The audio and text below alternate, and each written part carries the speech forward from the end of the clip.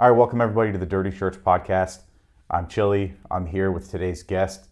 We have Ray Louvier. He's a U.S. Army retired veteran, and he's also a BJJ purple belt.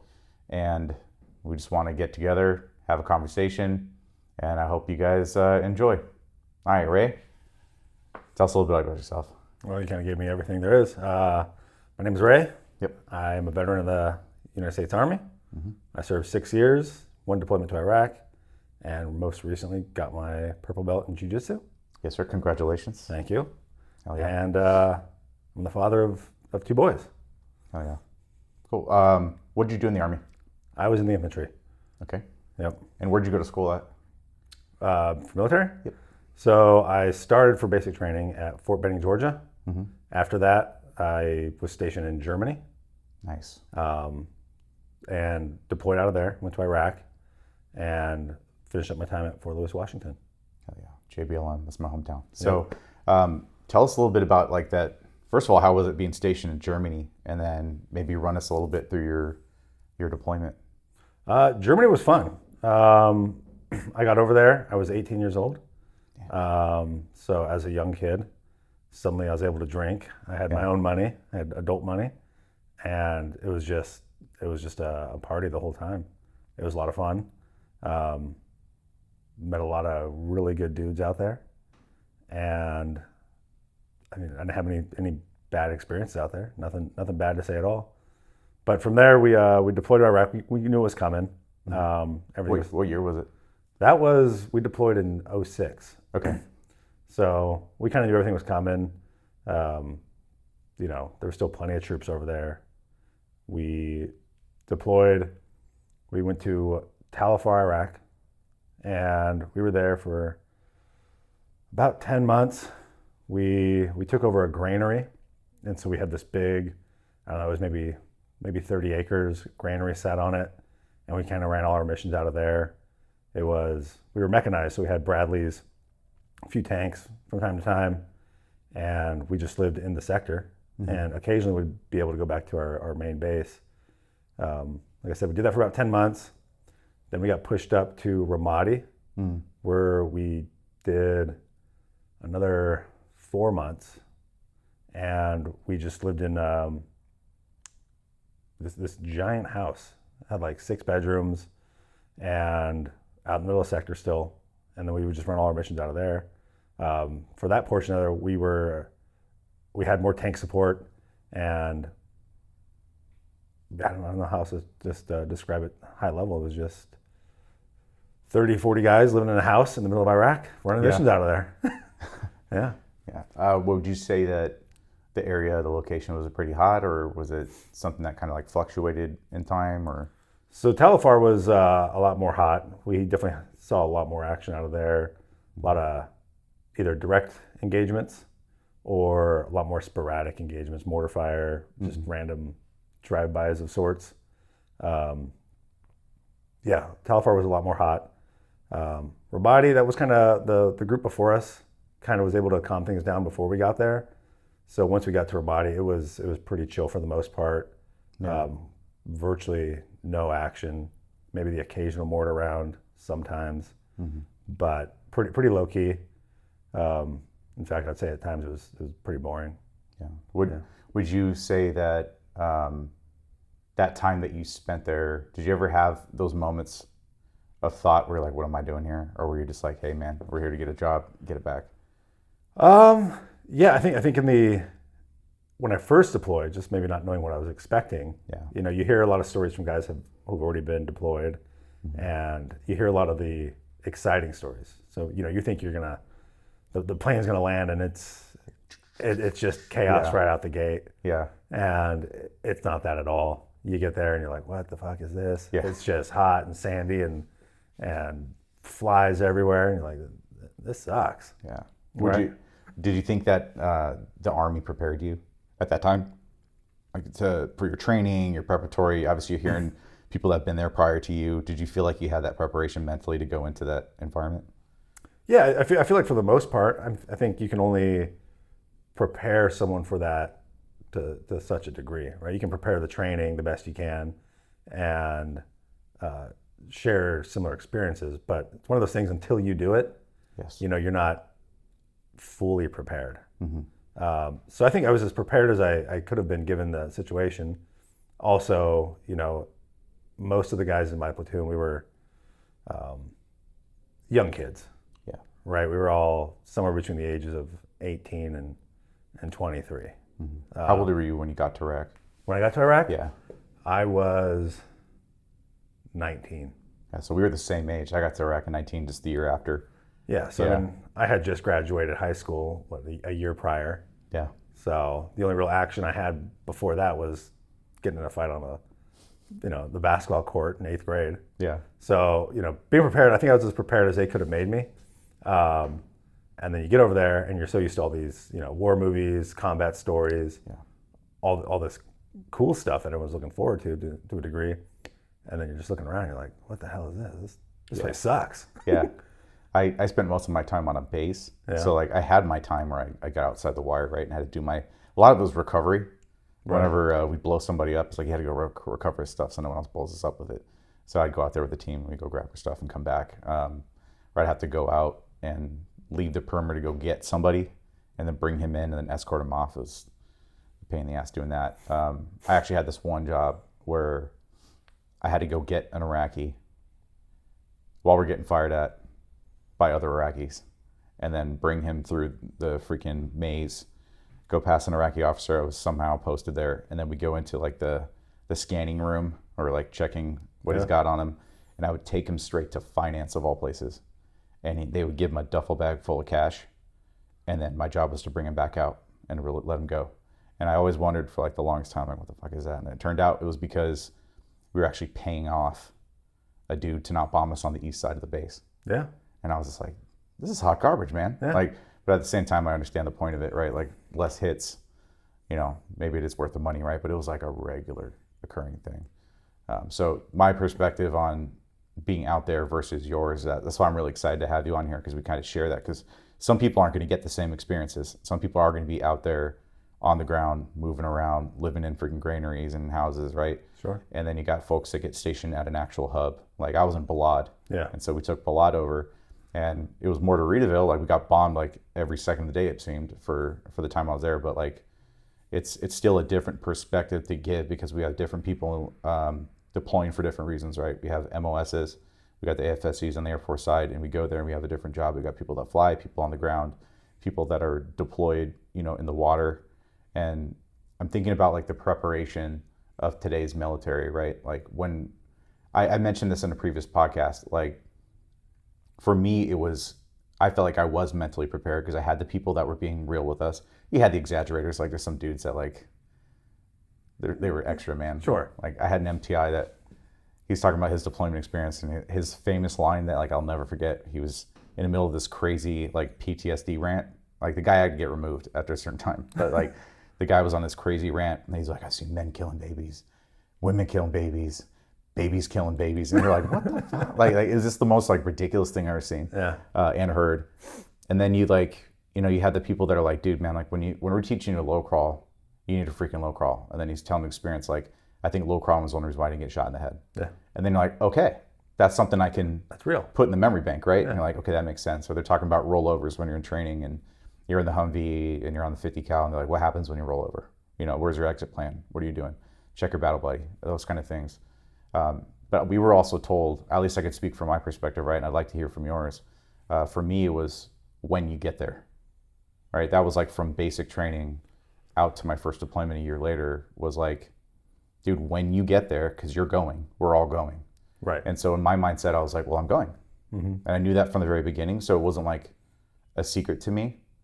Did you feel like you kind of had that too? Oh, yeah. Yeah, because, 9/11 happened when I was in 10th grade. Mm-hmm. And so at that point, like, it felt like the world knew we were going. For sure. Right? Yeah. And then prior to that, I always had wanted to join the military. So once I had joined, I already knew I was going. Mm-hmm. And I wanted to go. Yeah. So that was already well established in my mind. Mm-hmm. And all through basic, getting my first unit, there was guys just coming back. I knew I was going the entire time. Yeah. And everything we did was, for the sake of deployment. Mm-hmm. So there was no surprises as to if we were going or what we were going to be doing. Yeah. Yeah, it was very well known. Do you think that today's military is mentally prepared overall, or do you think that there's some work to be done in certain areas, or what, like based on what you see in the news? Because obviously we've both been out, right? Like I just recently retired a few months ago. You've been out for a little bit, so like when you're looking at the news, you're keeping up with military buddies or whatnot, whatever connection you have, right, to the military environment. Do you think that today's military is like ready to go, like how maybe when we joined, where they're like, hey, this is happening, and then okay, I'm ready in that mindset? Or do you think it's kind of like a pre 9/11 mindset right now? I think for me, it's hard to say. I've been out a while. I can't speak to whether I know they are ready or I think they're ready. I think right now today's military finds themselves in a point where those that have really been deployed might be more of the senior generation. Mm-hmm. Now you have a lot less privates or the lower enlisted with combat stripes. So I think there's a buildup that's going to be required to get them ready, because who they have to rely on is so much senior to them. Mm-hmm. They might have just a feeling like, oh, these are old timers, they don't know what's going on. I also think the environment has shifted, mm-hmm. Where I think when we deployed, with the exception of IEDs, it was a relatively direct conflict. IEDs were scary because you don't know what's happening, you don't know when it's going to happen, you don't know where it is. Yeah, you just got to hope some spots it and DTech can do their gig. You got to hope some garbage bag doesn't just decide to explode on you. Yeah. And that makes it very, very stressful. Mm-hmm. It's easier if there's a guy shooting at you. For sure. Because at least there's a threat to eliminate, and you can hopefully see it coming. Mm-hmm. And in today's world, you don't hear so much about IEDs, even in other wars that are going on around the world. It's more like drones. Yeah. And part of me thinks I'd much rather deal with an IED than some freaking robot little flying race car that's going to drop a grenade on me. Yeah, that especially you can't looking see or can't hear. Or looking at what's going on with Ukraine and Russia. Yeah, all the crazy stuff they're coming up with. Like I think that would be incredibly hard to prepare for. Yeah, and you've added a whole new dimension to the danger zone. So before we get back into your deployment, what do you think would be a good thing to say? Let's say that you got active duty Guard Reserve that are prepping for potential deployments, right? That are in service right now in uniform. What do you think would be the best advice that you can give relating to deployment preparation, that in case we have someone that's listening on the cast right now, like something that they're kind of curious on getting 2 cents on, like are you asking how to prepare for it, or like just whatever advice, I think the advice I would give to anyone who is joining the military, the first thing is, even if nothing's happening, you have to fully expect that something can happen tomorrow. Mm-hmm. Right? So take your training serious. Listen to those that have been there. Mm-hmm. Trust your equipment. Right? It's there for a reason. I know everything that's made, military grade is often joked about as also being made by the lowest common bidder or lowest bidder. But you have to trust your equipment and trust those around you.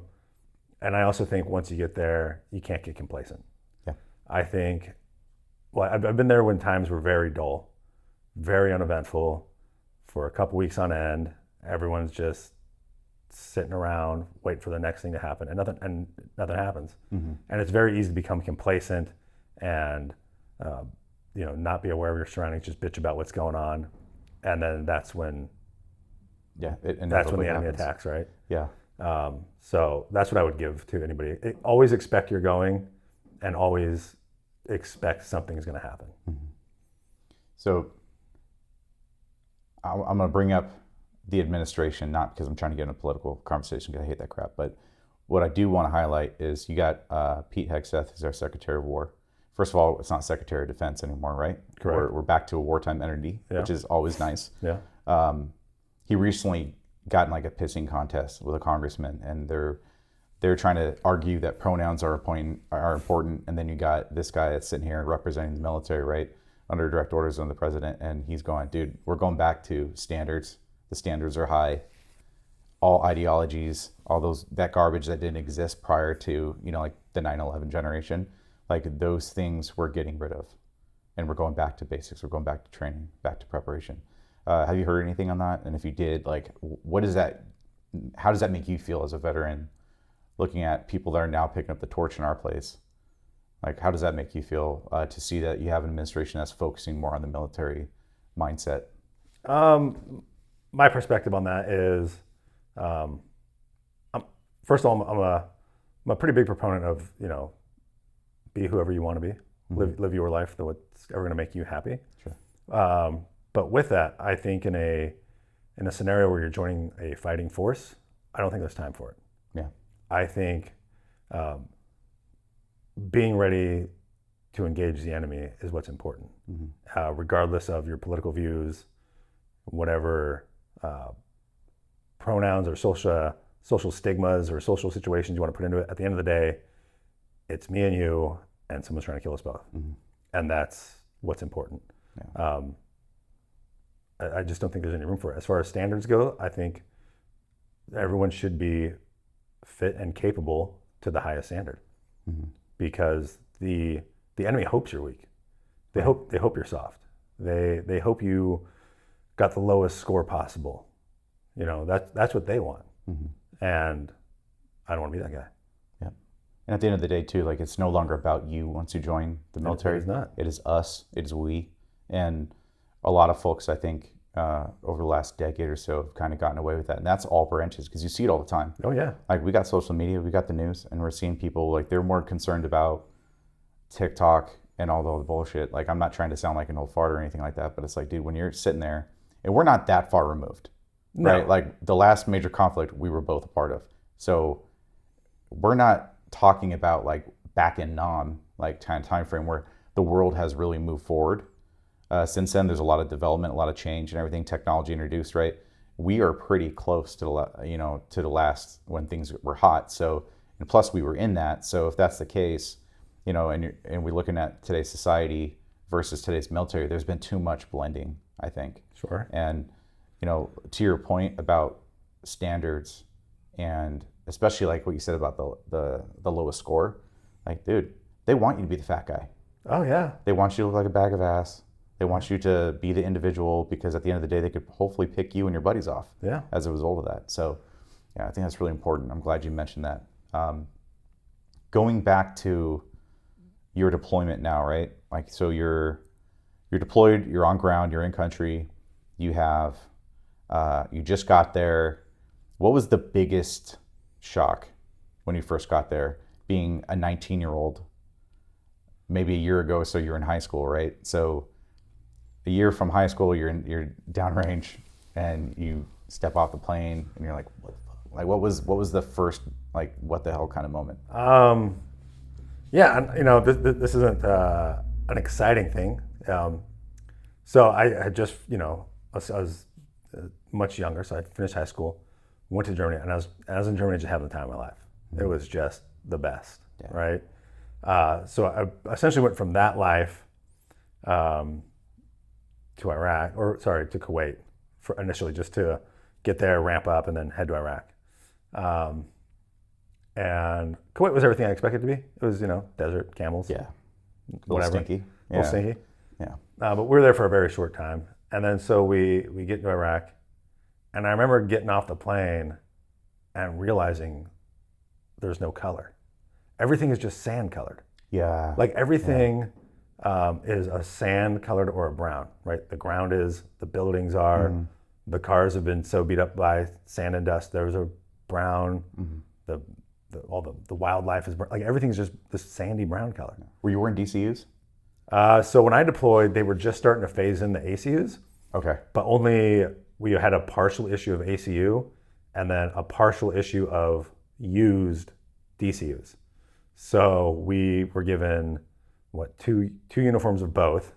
The DCUs clearly used to have, like, name tags sewn in them that someone else wore, and so we were authorized to wear both or mix the two if if necessary. Yeah. For that short amount of time. So we deployed with both. Yeah. So, but the color was I just remember it being such a shocker. It was like, there's no reds or bright greens or everything's just sand. It's like a sepia environment. You're like, what is going on? Yeah. Yeah. I even remember that because we were in DCs when I first got there, and there was a lot of people started to phase in, like maybe like 4 or 5 phases of replacements that came in. I remember the first guy that stepped off with our old BDUs, and I was like, what is this green mess? Yeah. Like tiger stripe. They got sage green boots. I was like, this is horrendous, and I can see you everywhere, right? I remember that. And we had people that were mixing it up. I actually had guys that were not given DCU like vests, like their IBA, like it was all mostly like DCU colored, but then you had a lot of guys that would have like straight up BDUs. Yeah, we had a lot of guys where maybe their uniform was DCU and like their IBA, maybe they got a new issue that IBA was ACU, but then like their Kevlar cover would be BDU. Like the camo was just not consistent. Yeah. It was definitely during that transition phase when they were just trying to like, we had to get dudes over there. Just gotta get your gear and on. You get what you get, and we'll try to get it for you later. Yeah. What'd you do with your chem bag? My chem bag? Yeah. Well, we had to keep that with us. Yeah. So you just drug it along? Yeah, it just kind of stayed in one of my duffel bags. Yeah. I used it as like a partial pillow for my bed. Like that was like, I just used the bag and just laid it down and put a crap pillow on it. So you have a little bit of like a thing, but I never opened that bad boy. You know, actually, it's funny you say that because we had spent, so much time like in the field and doing all this shit, and I absolutely hated sleeping on the ground. I still do. Mm-hmm.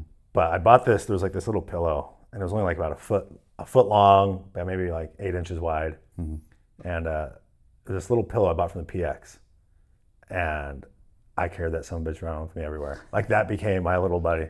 Yeah. And anywhere I went, I always had that little pillow because using an MRE as a pillow or a chem bag just was not my favorite. I had a poncho. Oh yeah. I just rolled up my poncho, and so if I had a chance to lay down, we had so I did security. Like most of the time, it was like integrated base defense. But for a while there, I got stuck on nights, and so I ended up loving it because you're in Iraq, it's hot as balls. But being in Iraq at night shift, like, dude, it gets so quiet when you're not getting bombed. It's just nothing's happening unless like a sortie goes, and you're like, okay, thank God there's some sound. But like you get sick of F-16s after a while too. Yeah. But that poncho I would roll up if I ever had a chance to like take a break. Dude, that was my pillow, bro. Yeah. All the time. I used that. Always saved room for like ribbits and extra tobacco and stuff like that. But like, of course. Oh my God. Yeah. Okay. So that was your first, dude, that's a good one. Because I remember that too. Getting off the plane. Like, so when I first landed, we went to Qatar. Okay. So we were in Qatar for a 2-week staging waiting. And then when the Freedom Bird finally came, we were able to go C-17 from there and went straight in. And so we had to do a landing, like the combat landing, we're just kind of like flying in there. I was asleep and I was actually choking myself out on my vest. Oh. So I was like leaning too far forward. My buddy Mark, he grabbed me by the helmet and like pulled my head up, and like woke me up because I was legitimately choking myself out as we were going down like this to get that quick landing. And we landed during like a massive mortar attack. Like that group that was out there was full sending onto the flight line. And I just remember getting out, and the first thing I noticed about the color was like, dude, even the buildings, even the people what they're dressed in. Yeah. You having to go and like you could see the motion, but like you had to adjust your eyes because it's so damn bright.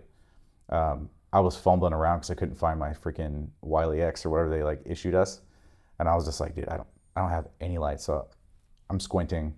I have no shades on, and I just remember the dude's like, get down, and we're getting down, and it's like, all right, unload the aircraft after the bombing happens. And then I just remember looking around. I was like, dude, it never changes. It's so boring. Yeah, the color, and it's just so weird of an adjustment, especially going from, let's say, Germany, because like I hit Longstall on the way out. Mm-hmm. So we hit Longstall, hopped over to Qatar, and I just remember Germany being so green.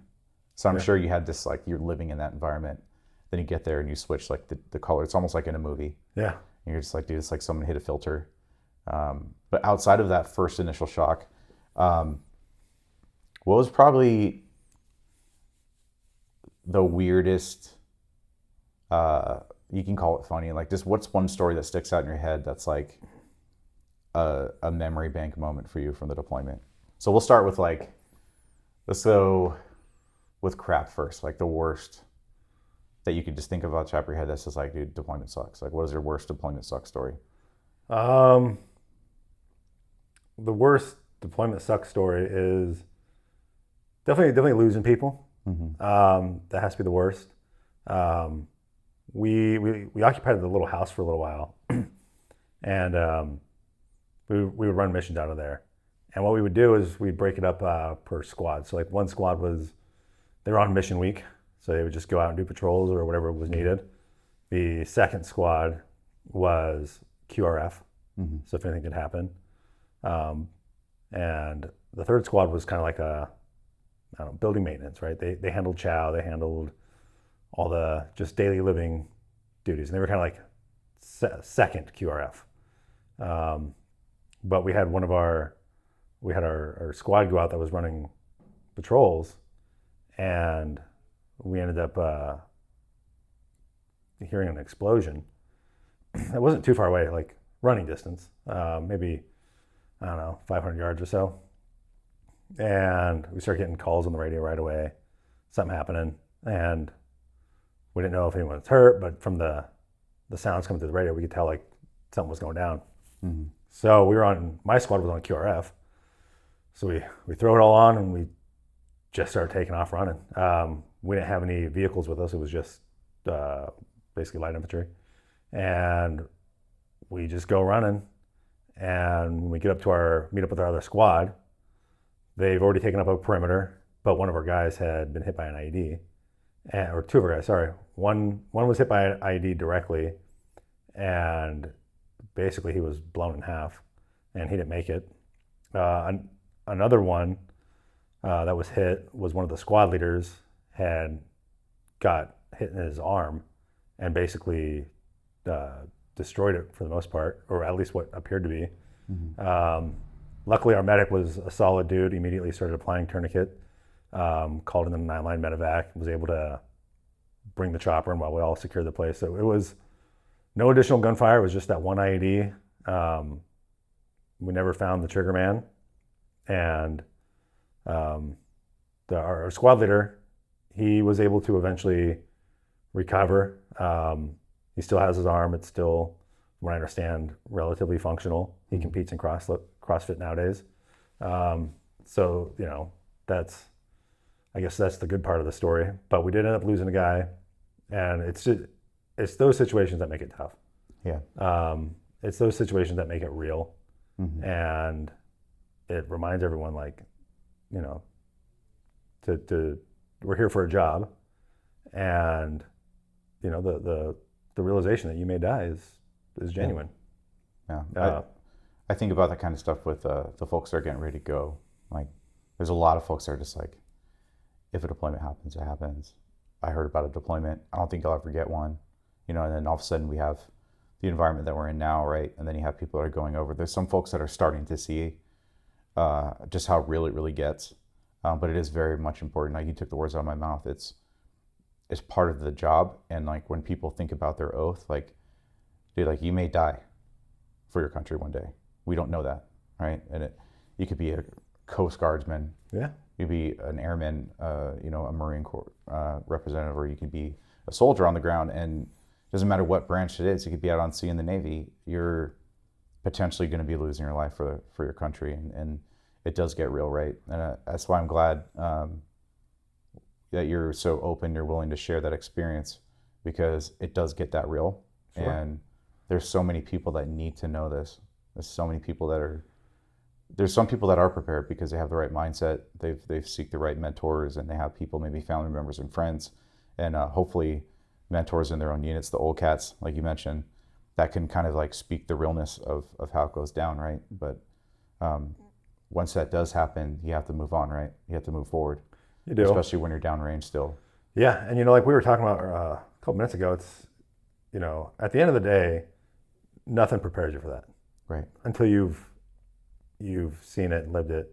And even after the fact, nothing really prepares you to deal with it. it does make it real. But nothing prepares you for it. Even if you think you're very prepared, or you see another soldier that you think is just gonna be the next Rambo, he may crumble.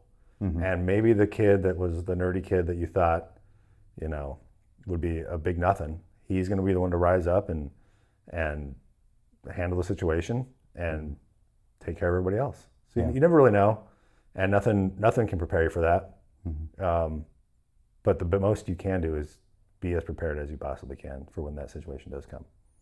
What helped you guys in that moment? Like when you guys had to regroup and then kind of press forward, what was it that kind of kept you guys going? Oh, that was, I think for as a group, right, you kind of do what you can, right? You acknowledge it. From the military side, you find a way to work without them. As insensitive as it is, it's the fact. I think everyone ultimately finds their own way to deal with it. Like I remember that particular soldier, just like an hour prior, like me and him were hanging out and talking, and I had borrowed his hat like a week prior to that, so I gave that back to him. Like, oh, thanks, man, I need to borrow that. And then he's gone, right? And that's very tough to handle as a 19, 20-year-old kid. Yeah. That this dude you were just hanging out with just died. And you got to get back to work.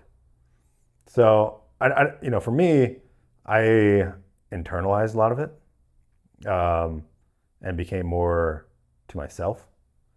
And I think most people just find their own way. Some people, they turn to being more social. They find new ways to be grateful for the relationships they have and try to make the most of them. Some people just kind of shut down. And I think you really also don't know how you're going to handle that, right? You like to think that you'd be able to handle it well and do all these things, but you may just do a 180 and you're like, oh crap, now I'm just the quiet guy who doesn't want to make friends because you don't know who's going to disappear tomorrow. Yeah. I think I can kind of turn more into that guy. And I think it had some benefits in my life, but I know that's definitely brought some negatives as well. But yeah, no one can be prepared. I look at the climate of mental health back then, and I'd love for you to kind of like tell me about the Army side and like what you experienced, because I know when we got back from our deployment, I had a first sergeant of all people telling me straight up, like, if you care about your career, you ain't saying nothing once we get into medical. Because our group was the first at our location where we came back. I was stationed at Travis at the time. They're like, look, they're doing deployment reintegration. The med group is a whole slew of things. This is the first wave that's happened to. Yeah. Shut your mouth around mental health. Just say you're fine. And we're like, okay. And then we're left to our own devices after the fact. And that was definitely like a poison in our culture in my career that I noticed on my side of the house. How was it for you guys? The relatively the same. So I can't speak to how good the military's mental health is because none of us took advantage of it. There we go, too. Yeah. I think that's it. So like every time we had a casualty, we would get the same kind of treatment, which was once kind of like the dust settled, we would get some commander would come in with the chaplain. They would talk to us about the grieving process and all of these things. Pretty generic conversation, and then cookie cutter almost. Yeah, cookie cutter almost. And then the chaplain, who I'm sure he was being very genuine in his offerings, he would offer to everyone, if you need to talk or you want counseling or just whatever you got, I'm here to help. And I'm sure he was. I don't believe that he wasn't. But the social dynamic for us was, here we are, we're in our platoon of men, we're all going through the same thing, and the moment you start to seek mental health, whether this is real or just perceived, it becomes real to the group, even if it's not actually real. But it becomes perceived that if you do start to seek out mental health, then you are now separating yourself from your group, and you're admitting you have a problem, and you are now going to be treated as a weak link.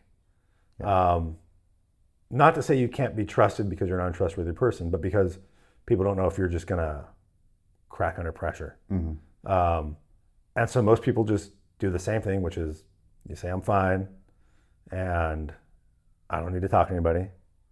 And you just go back to your bunk, get ready for the next day.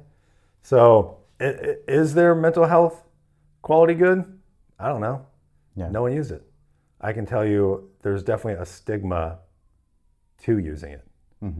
And because of that stigma, nobody would use it. Yeah. I can expand on that too, because one, you're 100% correct. No one was using it. And those of us that did, it was almost as if they were plucked out of the formation, right? Oh, yeah. And even if they came back, you're like, oh, that's a crazy guy. That's crazy guy. You know, like, dude, watch your back around him. Like, oh, crazy guys coming with us on this deployment? And that's a real thing. That's how the culture was. And that was universal, right? So I deployed in 07, had 2 more deployments after that. Now I'm like moving up through my career, right? And then I became a first sergeant. And I think you met my buddy Calvin, right? He's the other first sergeant that's in the Army. I think so. He was at my retirement ceremony. Yeah. Yeah, so my buddy Calvin, he's still a first sergeant. We're sitting there and we're having conversations about mental health over the last few years. And it's crazy because we do the reflections, like kind of how we are now. We're just thinking about how it was back then. And then, like I could speak from the perspective of someone who recently retired and then was in like the organizational chain of command, right? So as an organizational leader, I'm looking at the mental health shift and there's an emphasis there. But one of the things that I talk about all the time is that you have people that are now starting to overuse it or using it when it's just absolutely unnecessary. Like when it's something that you could have taken action and improved the quality of your own life within your own means, like what you can control, but you don't. You just go to the medicine cabinet, so to speak, right? And I want to go to mental health and get the quick fix or the quick solution, or maybe you have the slackers that are just trying to look for a way out. There's so many different people that are going, and I think a lot of it had to do, and this is just my personal opinion, right? That you have people that are now swinging that pendulum all the way to the other side with mental health, and they're like, you got to go to mental health. Let's get you to mental health. Oh, you're having a bad day? Mental health. Oh, you got in a fight with your wife or your husband? Go to mental health. Everything is mental health, right? So you have a bunch of providers that are funded. Most bases have the funding. Most bases have the quality support and personnel, but you have people that are just flooding the gates, and you have leadership in the military that is looking at that person and going, okay, you go there for a while, so we're gonna pluck you out, get over there, you go to the mental health thing, and then when you come back, that means you're fixed, right? So I'm just gonna throw you right back into the same environment that broke you in the first place, or at least contributed to the breaking of you. And then it's just gonna be a never-ending cycle. So I've seen that, and I've seen that there's an emphasis, and I've seen that in multiple branches. Even when I was in that mixed bag group, when I was in my last installation, like seeing the Army that I worked very closely at my last assignment, and seeing that they had the same exact stories that we did, it gave a lot of commonality, but it was like a sad commonality. It's like a sad thing that I wish we didn't have that in common, but it's just the kind of the reality of the situation now. I think it is, and I think I'm sure the tools they offer to those needing mental health is helpful. You know, not to necessarily speak on those abusing it, because I think they probably have their own set of issues. But for those who need it, you know, I think the way in which you practice it or implement it is vitally important. To take a platoon of men who've just been going through whatever combat situations and put them all together and ask for a show of hands as to who's struggling, you're gonna get no hands. Correct. Forever. Yeah. Because no one is gonna have just gone through some sort of traumatic thing, and in front of all their fellow soldiers are gonna stand up and be like, I'm the weak one. No one's gonna do that. So the way in which we approach mental health, I think is vitally important. And then to also ask that same group in here, you know, if anyone's feeling anything and everyone says no, you know, that's probably not terribly true either. So I think approaching it in a new way to where we can address people more in a situation where they're not, where we can take away that fear of isolation from their peers is vitally important.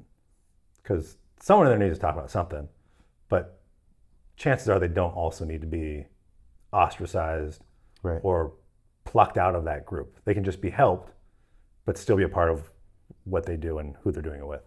Yeah, I think there's a big difference, a massive, like, thick line in the sand when it comes to taking a knee and tapping out.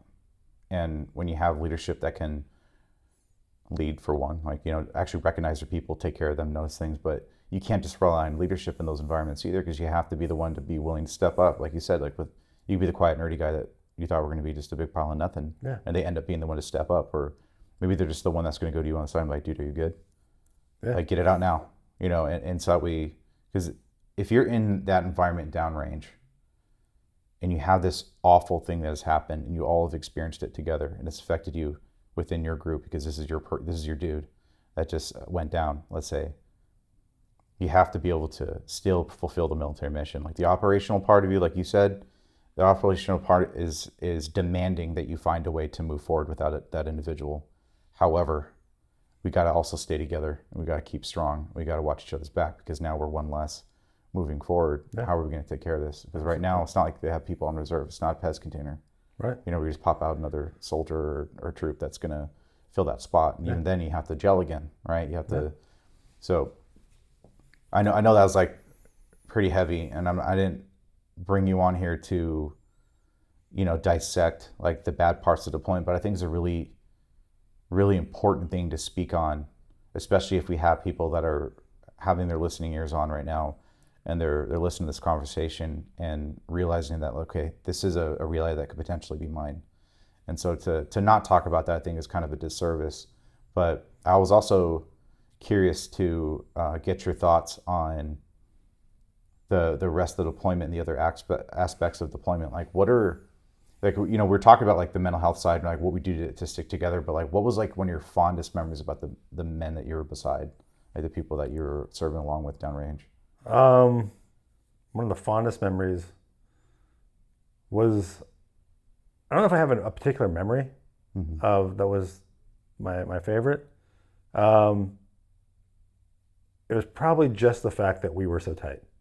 That no matter how bad things got, we were all friends, essentially, right? You had no choice, right? You're out in the middle of nowhere, 10,000 miles away from home, stuck with a group of guys that you'd never see if you weren't in this situation. Yeah. And we all managed to find ways to have commonality, build friendships, laugh through some of the pain.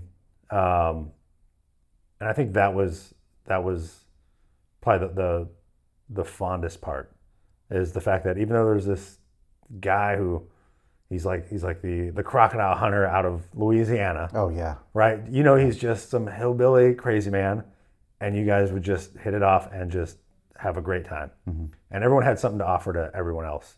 Yeah. Whether it was just casual conversation, jokes, commonalities. The brotherhood was the fondest memory. Anyone could borrow anything you had, and you could borrow anybody else's. And I have yet to find that anywhere else with so many people involved. I have found, there's those onesies and twosies you have in your life that you can always go to for something. But this was a situation where there was 30 guys that could come to me for something. And if I had it, I'd give it to them, and vice versa.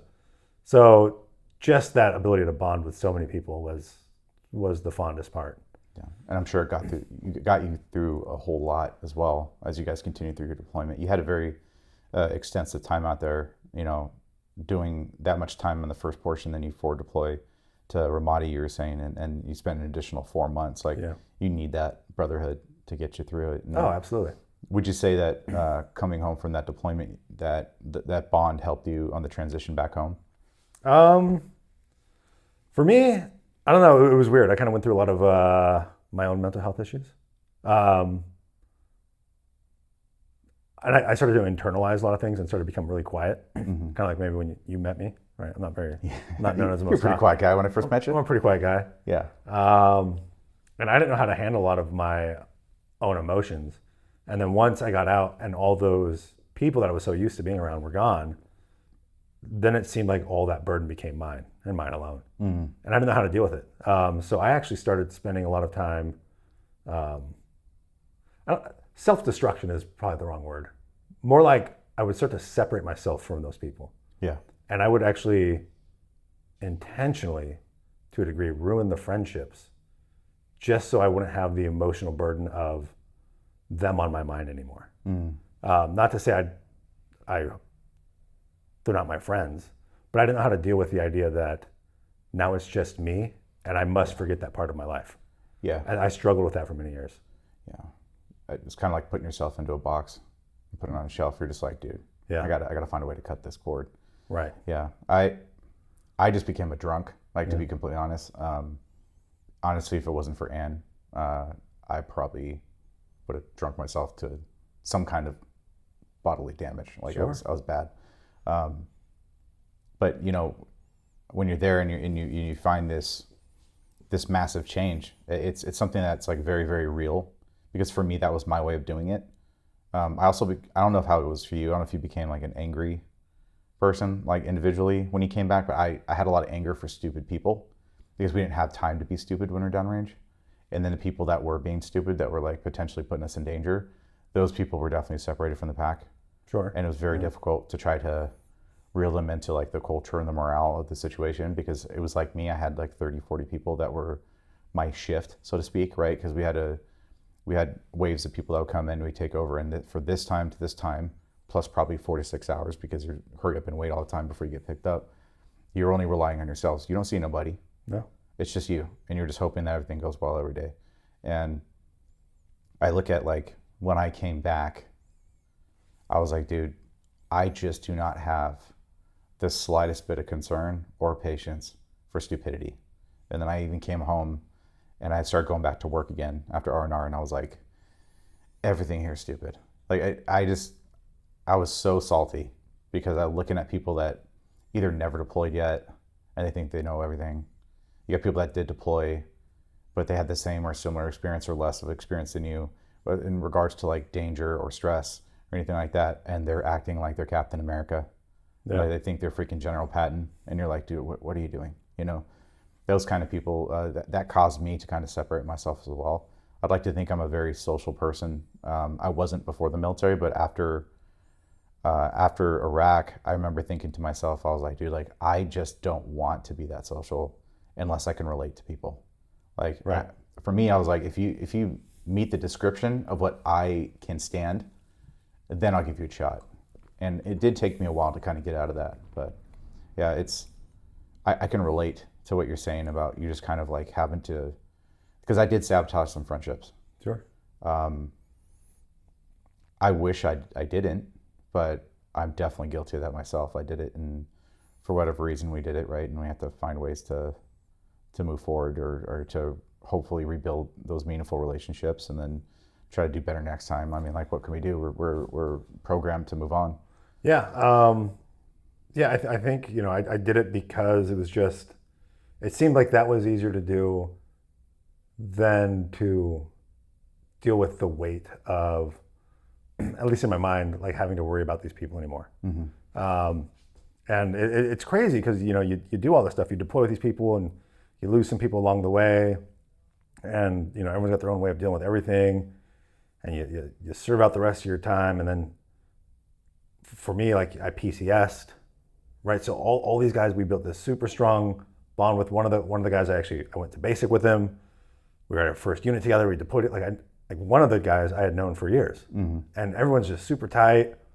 All of this, and then now you're in Washington, and all of those guys aren't around you. Mm-hmm. So now you get to a new unit, and in your mind you're like, it's like kids who like transfer high schools their senior year, right? Oh, yeah. You know, yeah. It's like, yeah, it looks the same, mm-hmm. but it's not the same. It's definitely not. Yeah. So you're dealing with all this, and now all the people you had to support you and be your friend and that you had great bonds with aren't there anymore. And then, you know, the crazy part when you kind of start to summarize it all is like, then I had gotten out, and I'm only 24. Mm-hmm. So I had all of this experience and a lot of mental weight all in a very short amount of time. Mm-hmm. And then I'm only 24 years old.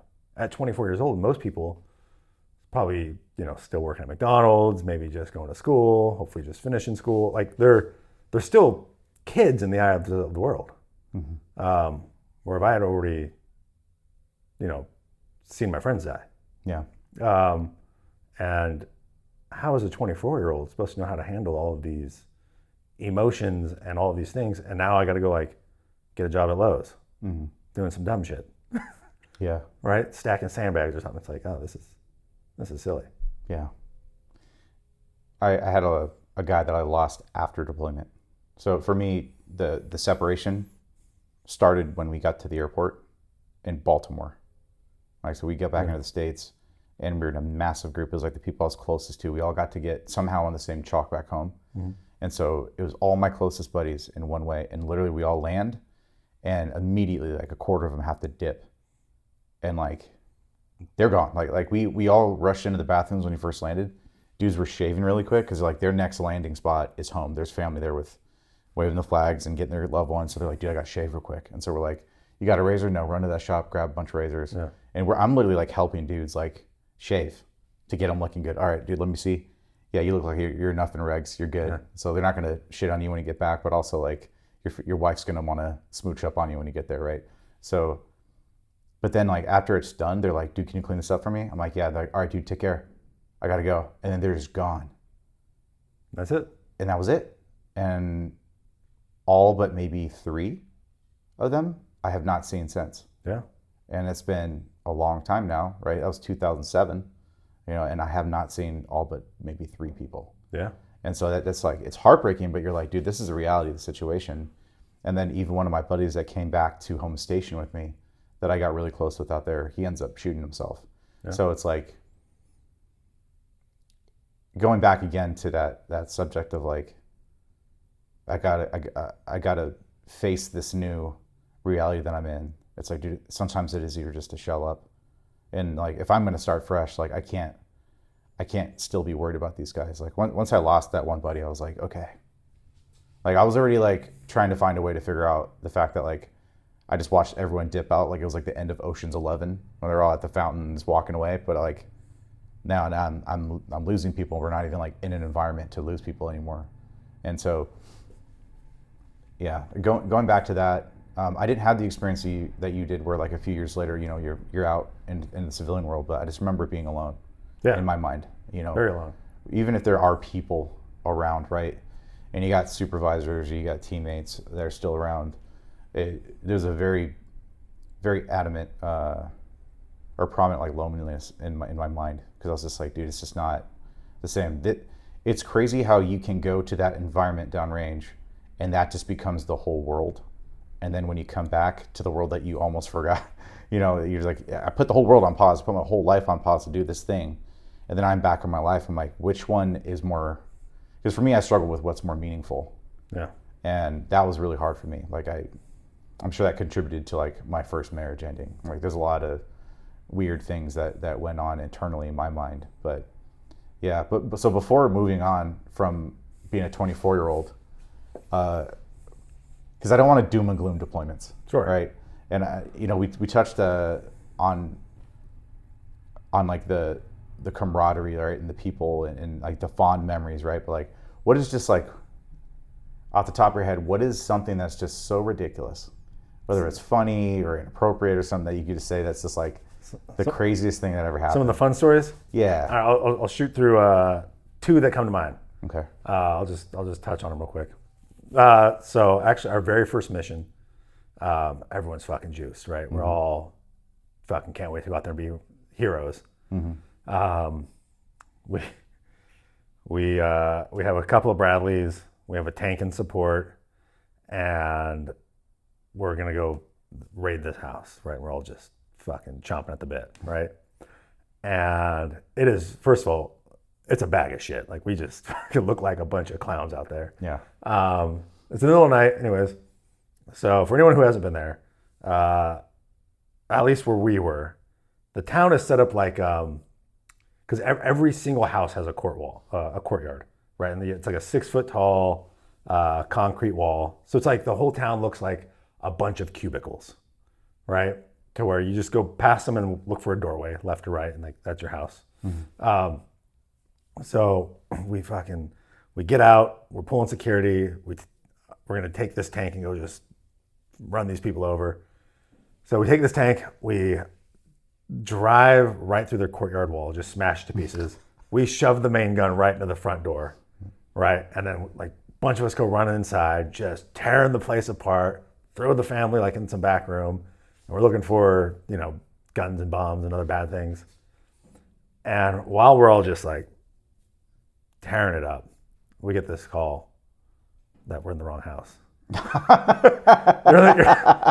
It was the next door neighbor's house. Oh no, dude. That we should have went there and tore apart. So then we're in there like trying to like put books back on the shelves and like fix all their shit. Sorry, just my bad. Health and welfare. And I just felt like, man, we are a bunch of fucking idiots. Oh, Destroyed this nice family's house, and we were supposed to be at the neighbor's house. Well, the neighbors heard all the commotion, and they went ahead and they split. Yeah, So got out of town. we didn't find them. So that one always sticks out as a funny story. And then the other one, which I know I've told you, I'll share for the listeners. Thank you. That's a good one. So we had this little house set up, and we had barricades, concrete barricades on either side of the house.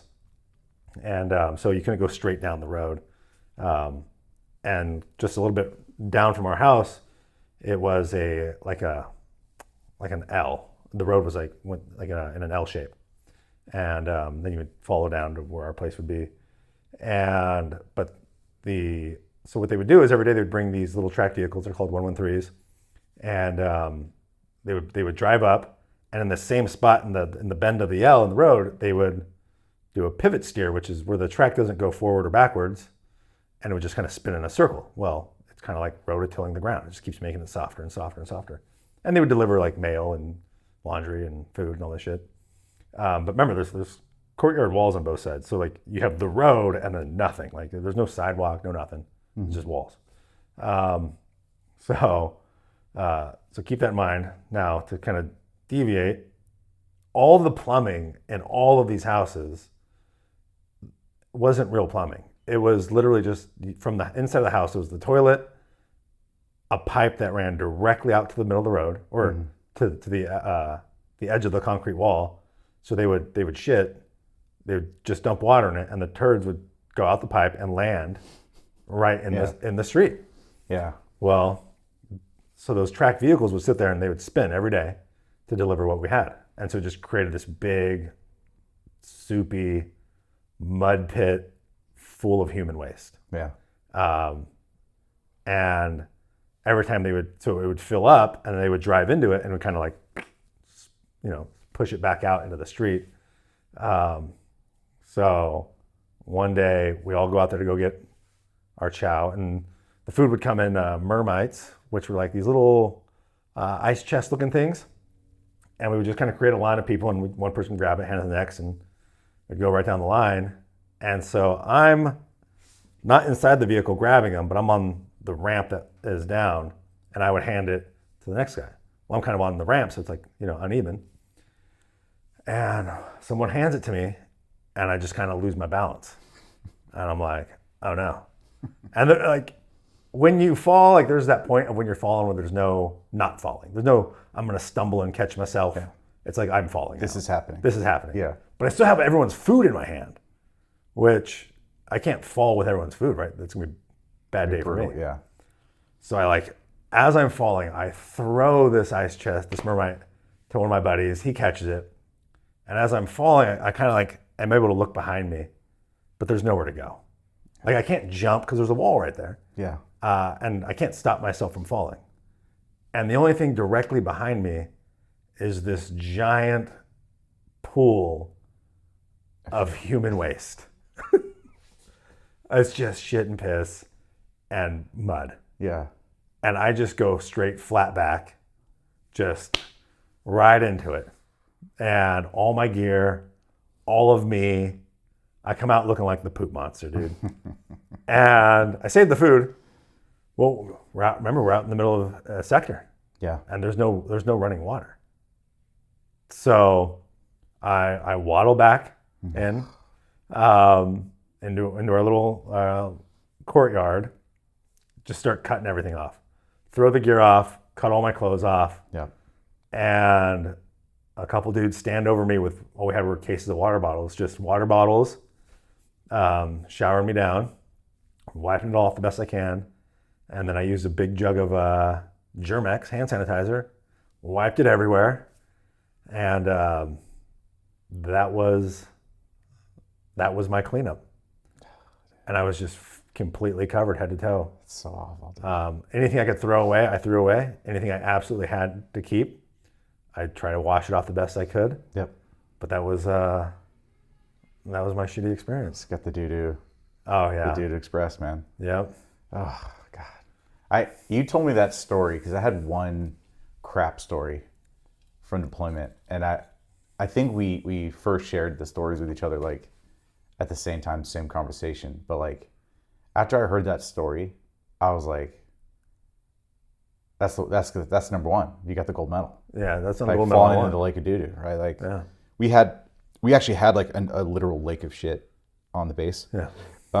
It's where everything kind of got put. And that for some reason, we had guys that would get assigned, they'd have to sit in a rowboat and like actually like escort an Iraqi to go look at something. Like some meter or some gauge or something that was like in the middle of this like shit lake. Yeah. And so like whenever we said like you had to go like shit dude, it was one of two things. Either you're like the Iraqis that were hired to drive the Porta-John cleaners, stuff like that, or you'd be like at the lake. But usually it's like, dude, you're on the lake. Yeah. And you're like, oh no. Because like people would throw their clothes, like they'd throw their clothes like into like a fire before they want to put those clothes back on or mix it with their laundry because you would reek. Yeah. Like you'd have to get a separate vehicle to take you and you sit in the back of the truck. Like you're like, no, dude, you're not getting inside this thing. And that's people that didn't fall in, right? Right. We had these two cops.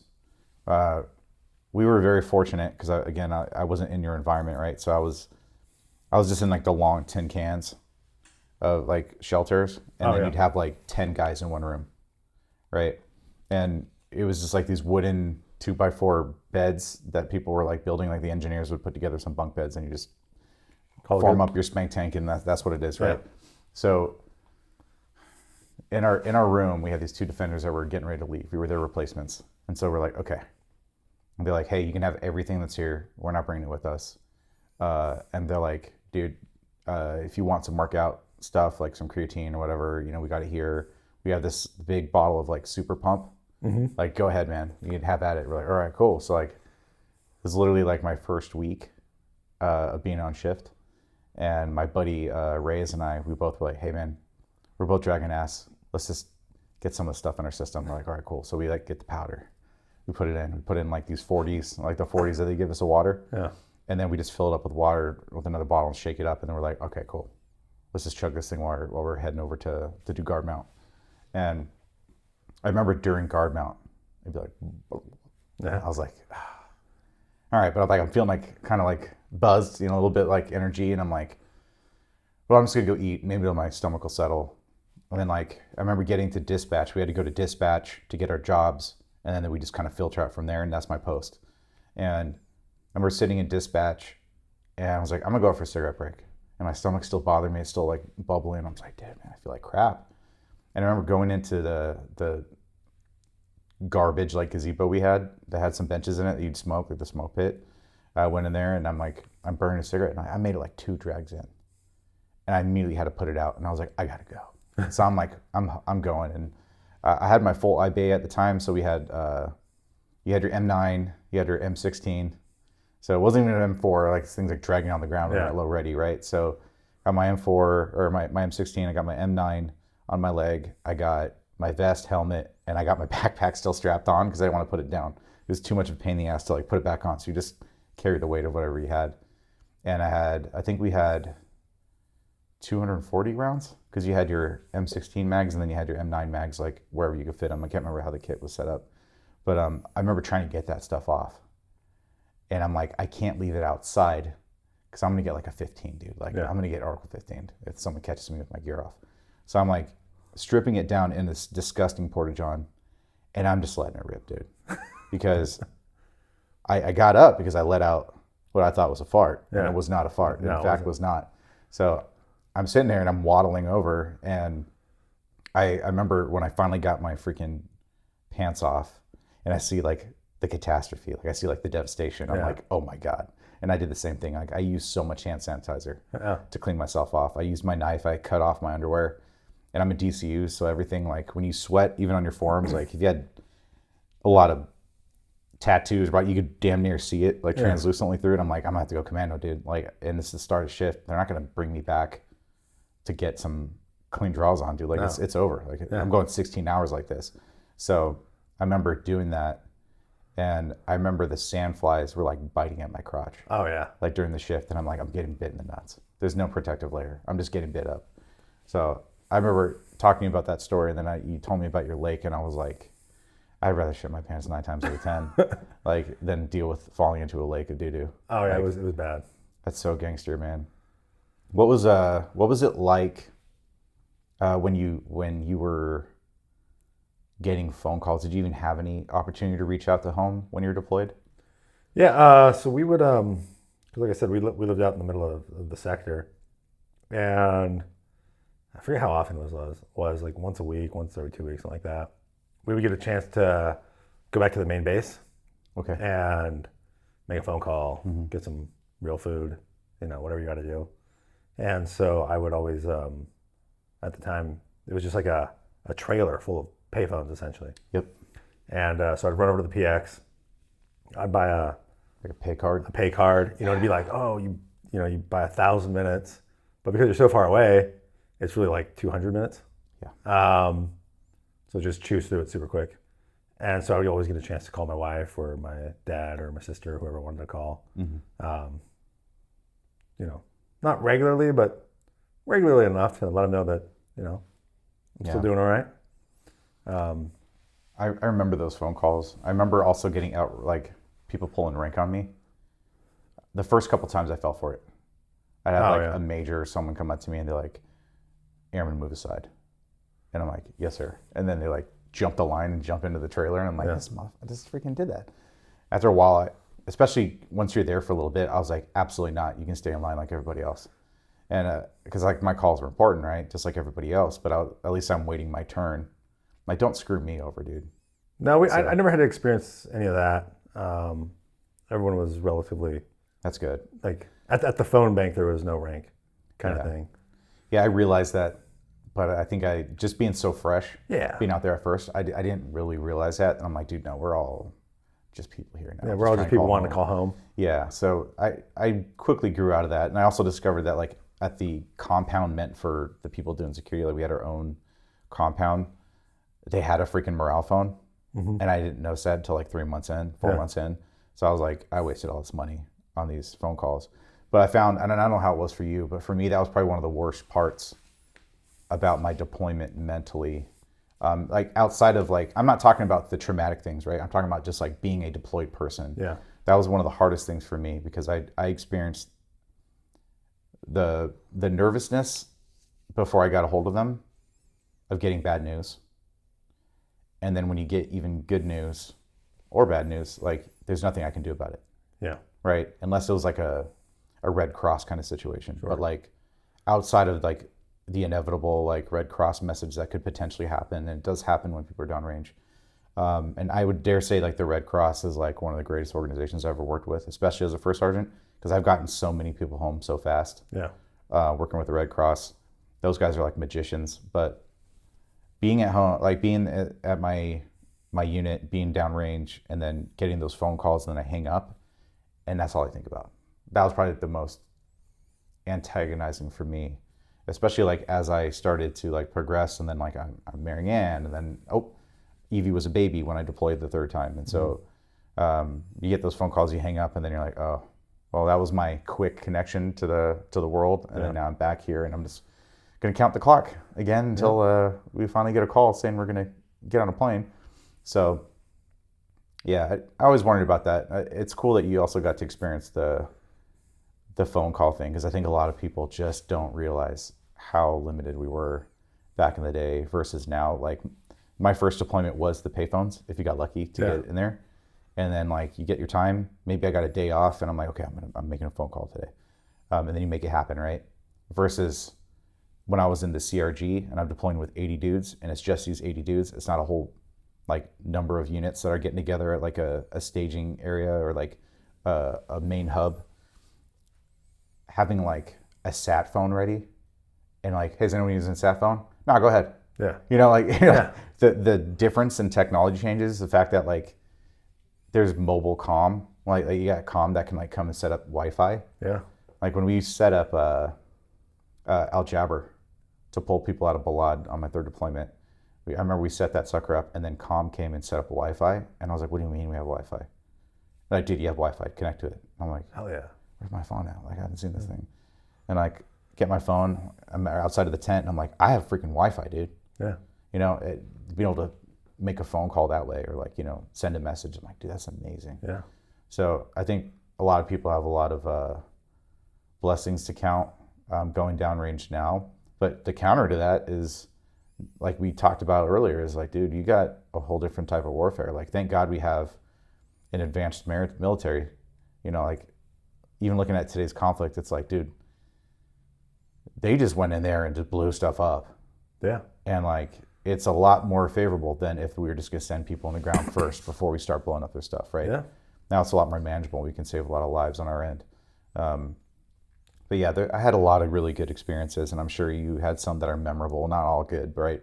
But you know, deployment, I'm very thankful, and I'm sure that you'll probably agree that like serving in the military and then getting to deploy before you got out, it's kind of bringing the whole thing full circle. Like, we were here for a reason. Like we talk about all the time on the Air Force side, it's like, dude, our job is to take out the bad guys and F up their stuff. Like, that's it. That's the job of the military. Like, there's a bad guy. If we're told you're going to go destroy that bad guy, we're going to destroy the bad guy. And then when we're done, we go back home.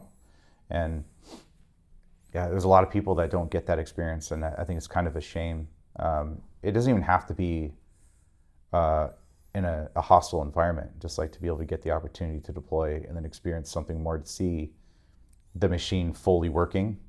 You know, like in garrisons and garrison, dude, but there's a difference than like being in the operational sector. Well, I think everyone wants an opportunity to do what their job is. Yeah. You know, if you have a job that revolves around engaging with the enemy, right, and you get to serve in the military and nothing's going on, and you're just, you know, sweeping all the time, it wouldn't be. I don't know if that'd be the most fulfilling career. Yeah.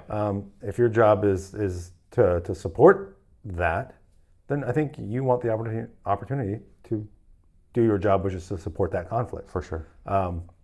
Yeah, I think everyone joins the military and picks a job that they would probably like to actually see done live. And I think it'd be a shame if they didn't get to. For sure. So let's fast forward now, right? Okay. You're 24. Is that when you got out? That's when I got out. So yeah. you're 24 years old. What was something that you picked up that was like your thing? Like, I know you mentioned, and I'll frame it a little bit. Like, we talked a lot about how you used to get into like lifting. You still lift all the time. Like, we talked about that. Like, but you got into strongman eventually, right? Like, when did you get into that? Yeah. So after the military, well, I started working out regularly when I was in. Once I got to Fort Lewis, Washington. But after the military, I kept it up. I just really, I don't know, it started consuming me, which, you know, there's worse things to do. And I would say my late 20s, like I just wanted to do like full send on like weightlifting. I didn't know what I wanted to do as far as, do I want to try and start bodybuilding or powerlifting or what have you. So I started doing some research as to what, you know, avenues there were. And I fell in love with like the idea of like doing the strongman events. Very odd implement lifting, unique ways of training. And everyone was just fucking huge. Yeah. And I was like, I want to be fucking huge. And I don't want to, like, obviously there's a diet that comes with it, but I don't want to have to diet like a bodybuilder. Yeah. I just want to go out and just lift heavy things. So I became really good friends with what was his title? He was the state representative for California under a strongman organization. Okay. And a local gym owner. So I met him and we became really good friends. And he was already competing as strongman. So he kind of was there to show me the ropes. And he actually had a lot of the specialty equipment. And I just went all in on that. And for years, I just like that was my whole life, just working out, pursuing strongman competitions, Yeah. just trying to get as big and strong as possible. I, I'm not very tall. I'm 5'9", 5'10" on my best day. And having no disregard for what your physique looks like is kind of nice. You can just worry about the heavy lifting part. So at 5'10", at one point I was 252 pounds. And You're a big boy. big boy.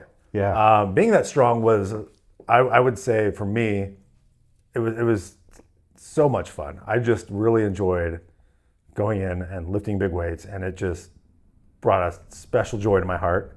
Yeah. Tying my shoes was a little harder. Oh man. Yeah. Getting into my Honda Civic wasn't the fun part, but just being big and strong, I absolutely loved it. I couldn't maintain that amount of weight. Like my body just wasn't naturally there. So I ended up, as soon as I stopped consuming that much food, I immediately dropped down to about 220, 230, and that I held that for most of my Yeah.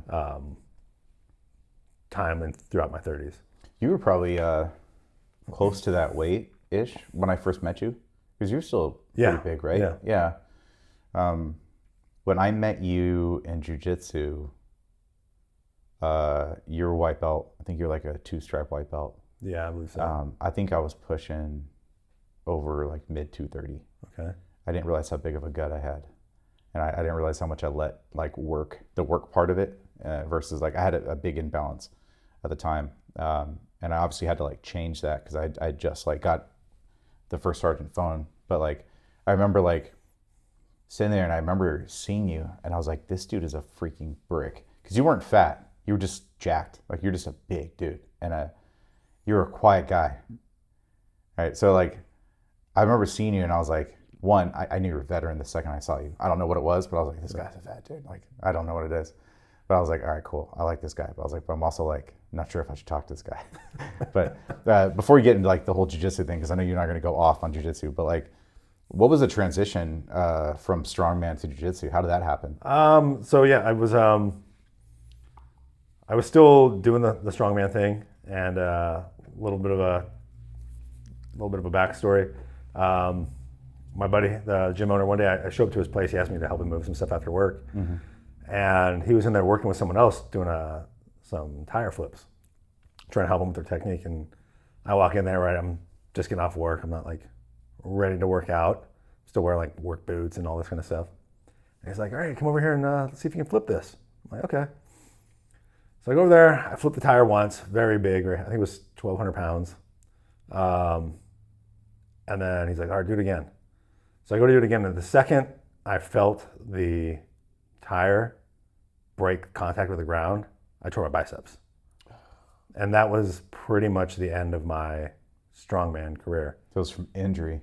Yep, so tore my biceps and never got surgery, and rushed some of the rehab quicker than I should have and kind of re-injured them. For about a year, with my right hand, I couldn't even hold a cup of coffee, just because my bicep couldn't take it.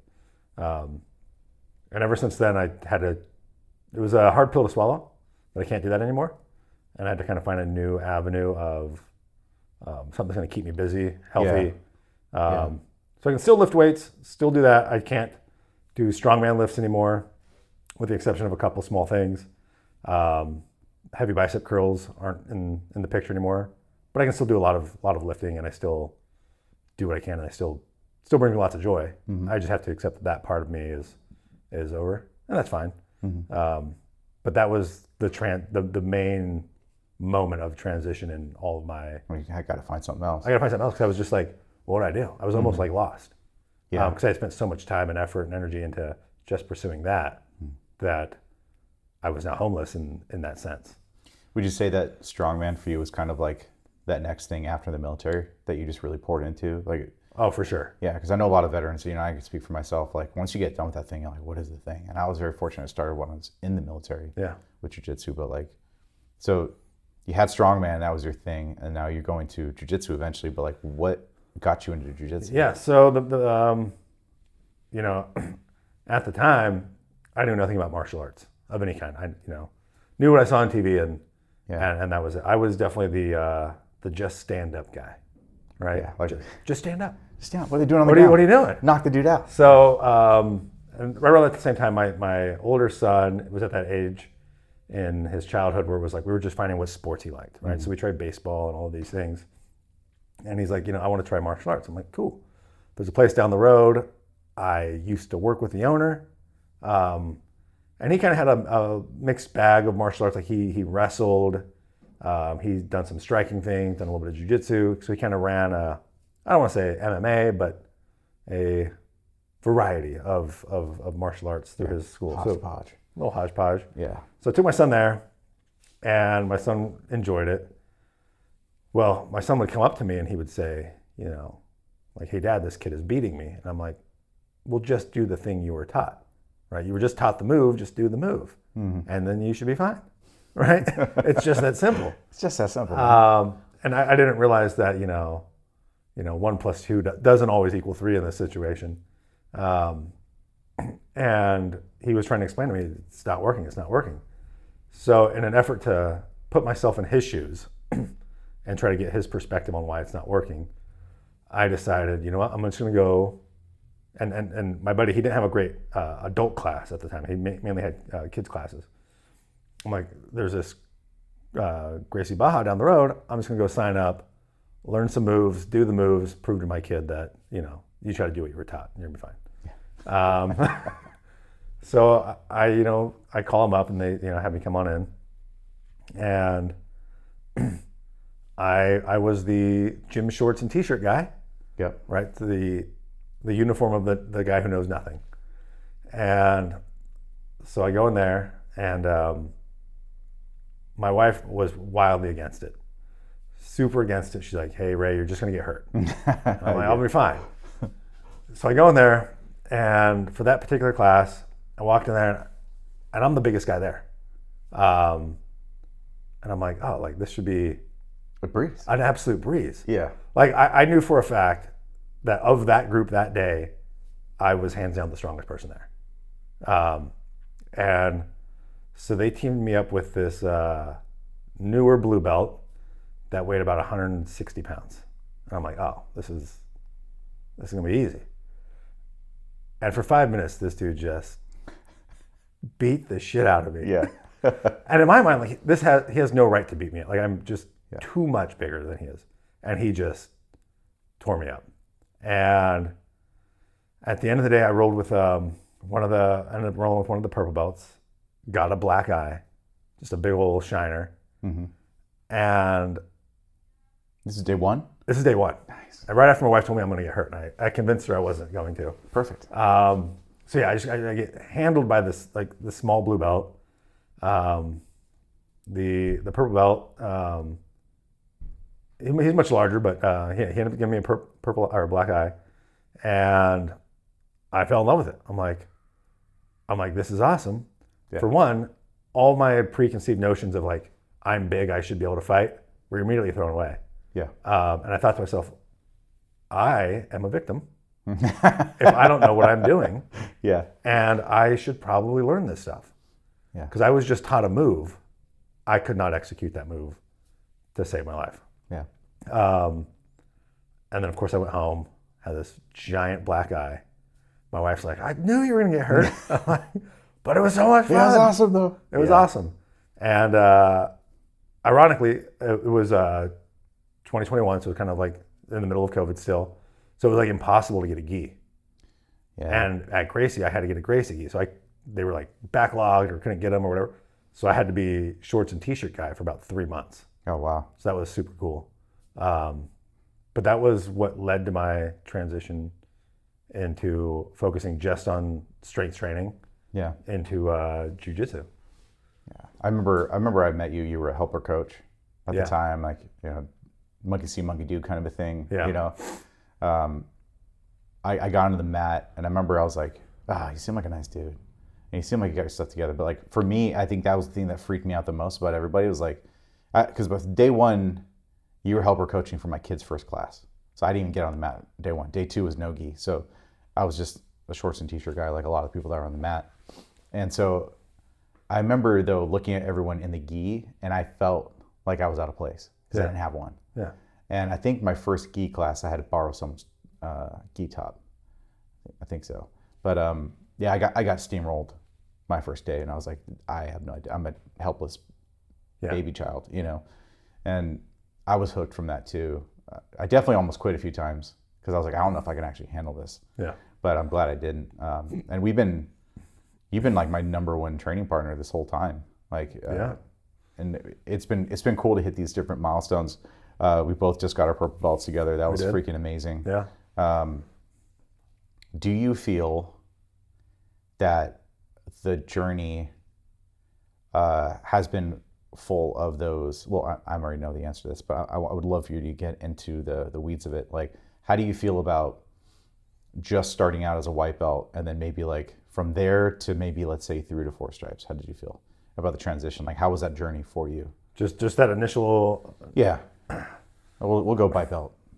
You mean like from like white belt? Yeah, to like white belt 3 stripes. Day like, one Ray to like I'm getting ready to transition out of white belt Ray. Like, how was that kind of a journey for you?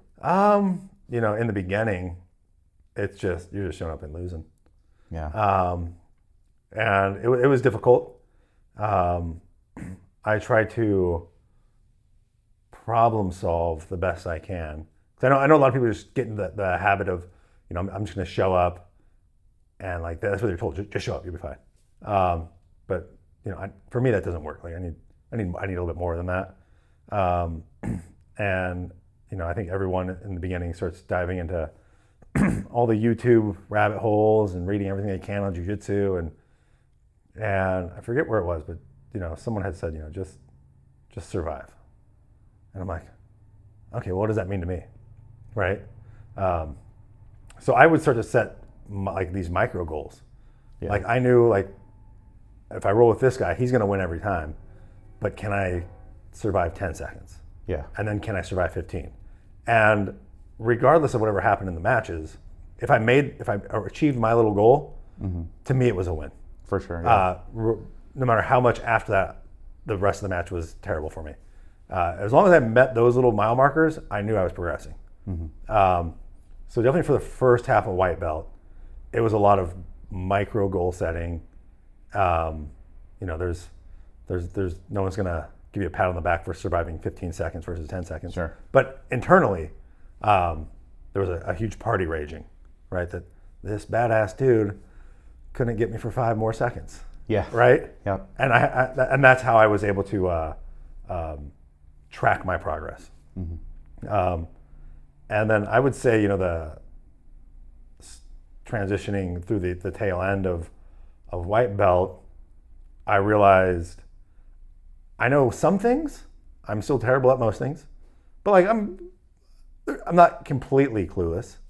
And I noticed that's when people start to they still grapple with you like you're a white belt, but they lowered their amount of freedom they give you. Right. So they're still gonna let you do your white belt stuff, but there's some parts where they're gonna put the brakes on you a little sooner because they know if they just keep going, like, you will get the Kimura or you will get that, right? And so I was able to kind of see that, okay, this person now, they have a stopping point with me. Once I get here, they're not gonna let me progress. Yeah. And that was like part of my little goal setting. It's like, okay, I know if I get to this position, that guy has to put the brakes on me because now he knows I have a real chance of finishing the technique.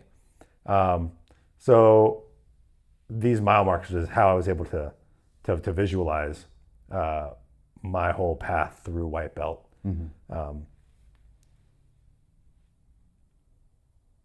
And I think towards the tail end, I started to feel pretty good about where I was. And when you got to blue belt, what was going through your head when you got your blue belt, first of all? I think most people always, you know, you hear everyone say, I don't know if I feel ready. And I think that's very common. Because I think people will put an expectation on themselves that if I'm a blue belt, that I'll a white belt shouldn't be able to hold me down or submit me. If I'm a blue belt, I should be able to hear an idea of a technique and be able to execute it. Or they'll have these misconceptions of what a blue belt means. And I definitely did too. I had those same misconceptions because now I'm not free to be a spaz anymore. Mm-hmm. Right? When you're a white belt, no one really expects too much out of you. So you can screw everything up and it's like, he's just a white belt. He's an idiot. And then when you become a blue belt, in your mind, you're like, I don't get that freedom of careless failure. Yeah. Right? Yeah. I have to be a little more dialed in. So for me, that was a little tough because there was a little bit of ego there, right? Like, I can't let a white belt pin me. I can't let this happen. I can't let that happen. And I basically had to reimagine how do I go back to what got me to blue belt, which is how do I begin to set these little goals. Yeah, at this level now. Yeah, and really the only difference between a brand new blue belt and a 4-stripe white belt is almost nothing. They're almost the exact same. The only thing that changed is the color of my belt. Yeah, I wholeheartedly agree with you. And I just had to reimagine how do I set these goals to progress to the next stage again. Yeah. So I can't use those same goals. So I know how I have one particular competition I want to talk about from blue belt, but did you have any insane like competition memories from white belt? Insane competition memories. Or how about we just do this? How was your first comp? My first competition, I had signed up. Didn't think I was ready for it, but like there was a tournament coming up and everyone was signing up, and I kind of got, I don't want to say I got peer pressured into it, but they're like, Ray, you should join. I'm like, okay, let's do it. But I don't think I was ready for it. So I signed up. I think I was a 2-stripe white belt, 1 stripe maybe, and I felt fine the whole day, the whole thing. But I remember the moment in my first match, my first tournament, the ref said, go fight. Yeah. I got instant adrenaline. Like I got super tunnel vision, couldn't hear anything. And like, it was like my body was just doing things and my brain was not, they weren't synced up. Yeah. Right. So I ended up losing my first match by armbar. I got a couple cool sweeps in, so I felt not like a total defeat. I felt pretty good about it. Yeah. But I did lose, and then after that first match, the anxiety definitely got better, or the anxiousness or whatever. And then I ended up winning my second match with the ugliest Ezekiel choke you'd ever seen. It was so bad. And my third match, I think I lost my points. But due to the gypsy math of, if you get a submission, it's worth this much, and if you lose by points, it's worth that much. So I ended up taking silver in that tournament. So I was pretty juiced about that. I was pretty happy. But yeah, a lot of nerves. Yeah. A lot of anxiousness in that tournament. Yeah. You were there for my first comp. Yeah. When I got massacred by that bear. Yeah, that was terrible. That was a terrible experience. Every time I've seen you compete, there's been a moment of like, man, this was a poor choice. Yeah. Dude, I've had some bad ones. For those of you that might know me, but maybe don't know about my competition experience, dude, Ray's been there for pretty much every single competition, if not. The only one I missed was when you did the IBJJF in Sacramento. Okay. Yeah, which is the only one I ever won on, by the way. I had a rough ride, and Ray was there for my first one. It's funny because the adrenaline, the experience of dude, my brain is not doing, or my brain and my body are not synced up, right? Right. And then you get your grips fail you, and you're like, oh my God, this isn't working out. I've had some good fights early on. There was that one big dude at Submission Pro Tour. Him and I had a good tussle. I had to escape a whole bunch. I got on top, but then my wad was blown, so I can't get the choke when I was on top. Ends up almost ripping my arm off, right? had a lot of rough times, and it's funny because the IBJJF I won by Ezekiel choke. Yeah. It's a good joke. So, I just want to kind of reflect with you on this one specific competition. I was like a 2 or 3 stripe white belt when we did Submission Pro Tour. You were a fresh blue belt, and you had to go against the Blob. Oh, and yeah. I just want You want that one? just want you to tell that story because like I was there literally at the mat level watching this BS happen, but it's so funny and awful. So I had signed up for the Submission Pro Tour tournament. So I signed up for the Submission Pro Tour tournament when I was a white belt. I was a 4-stripe white belt. Yep. Signed up, the whole thing, ready to go. And about a week before the tournament, I get promoted to blue belt. And I'm like, well, that's inconvenient. So I go back online, I update, and get put in the blue belt bracket. I'm like, all right, well, shit happens. So there's like no one at my weight class. So they end up bumping this dude down, and this guy. So I'm sitting for this tournament, like maybe somewhere in the neighborhood of like 215 pounds. Yeah. And this other dude that they teamed me up with, he's wildly out of shape, Yeah. but probably weighs 300 pounds. I would say that's a very safe assumption. He was 300 pounds. Guy was a big boy. He's a big boy. And so we were doing the match, and I try to go for this armbar from Turtle, where they're in Turtle, and I scoop with my legs and get this armbar Give it that little meat that I had just learned like the night before, right? So I probably should have like dialed that one in a little bit better before I try to send it. Well, this dude like hooked my leg, and I don't know where to go, and then he just kind of like slowly just crawls at me. Crawls on, yeah.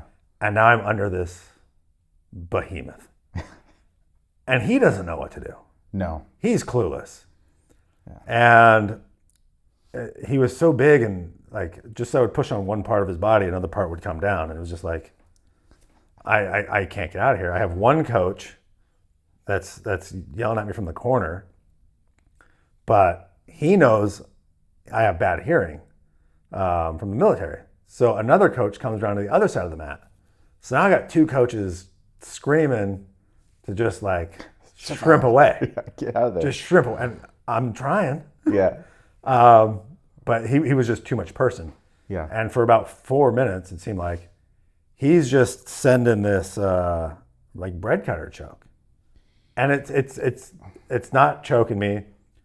Yeah. It's nothing's really happening, but he's just so overwhelmingly large man that I can't just get out from under him. Yeah. And in your defense too, to the rule set, if it looks like an attempt, it's an attempt. It's an attempt, right? Yeah. So I can see in his eyes that this dude is like freaking out. This dude is in like full adrenaline panic mode. Yeah. Right? He just happens to be on top. And I forget his name. So we'll call him Joe. Yeah. And so he's like, I can see that he's like in his mind, he's losing it. So I'm like looking at him like, Joe, let's just do jujitsu, brother. Yeah. He doesn't hear a word I'm saying. He is gone. And I'm like, let's just do jujitsu, man. He's back in Nam, dude. It's all good. Yeah. And so he ended up laying on me for 5 minutes, and then he ended up winning. I was very bummed out because I felt that I didn't get a chance to really like show my stuff or do jujitsu. Yeah. In the way I had hoped. Yeah. And that's the unfortunate reality of, being a freshly promoted blue belt and going against one of these guys, right? I'm still, by all accounts, very new to jiu-jitsu. Looking back on it, I could have, and I would have done some other things different. Yeah, like today, Ray. Ray would have. But, given at the time, I'm still not excited about what happened, but I'm understanding of how I got myself in that position. Yeah. And, I'm able to laugh at it now. Yeah.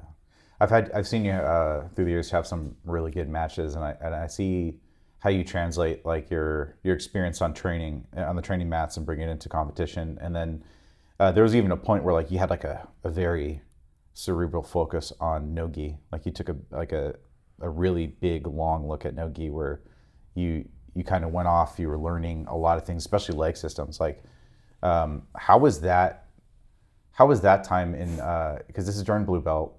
What was it like for you getting into like the no-gi? Like I always reference it as like a spiritual journey, because like it was like a no-gi sabbatical where you're like, yeah, I'm focused in on this thing, I'm locked in. Because I remember at one point you're like, dude, I really want to do this. I want to figure this out. I'm gonna go do it. And this is the type of thinker that you are, and the way that I see you training on the mats and like how you focus on technique. I saw you go off, and then when you came back and you started displaying it, like we'll get into that in a minute, but like what was that like for you when you were sitting there and you're like, okay, I'm doing gi and no gi. You happen to be someone who took that specific path for a while. What was it like for you, the transition? So you know, it started with back to my idea of like making sense to my own training, to myself. Like, how do I set these little mile markers? And I got to a point with jiu-jitsu where it was like, it was becoming very Groundhog's Day for me. Like I would show up to class. I know everyone like learns what their partners and training partners are going to do or what they're good at, and have a reasonable expectation of what to expect. Sure. But for me, it was just like I would roll with the same people. I would either get stuck in the same positions or submissions, or I would pursue the same ones. And it was like, even if I try to get myself out of that route, like, all right, I'm not gonna go to mount today, right? Then I would probably still inevitably end up in mount. Or it was just like, it was always just the same thing. Cycle. And I felt like I wasn't getting any variety, not due to my training partners, but just to maybe the way I was rolling. I'd get the same submissions from the same positions, and it was just like that for months. And I'm like, I need to find a way to make that not occur anymore. So I tried telling myself, like, we're going to do this, or we're going to try for that. And, you know, every position and submission is not always there.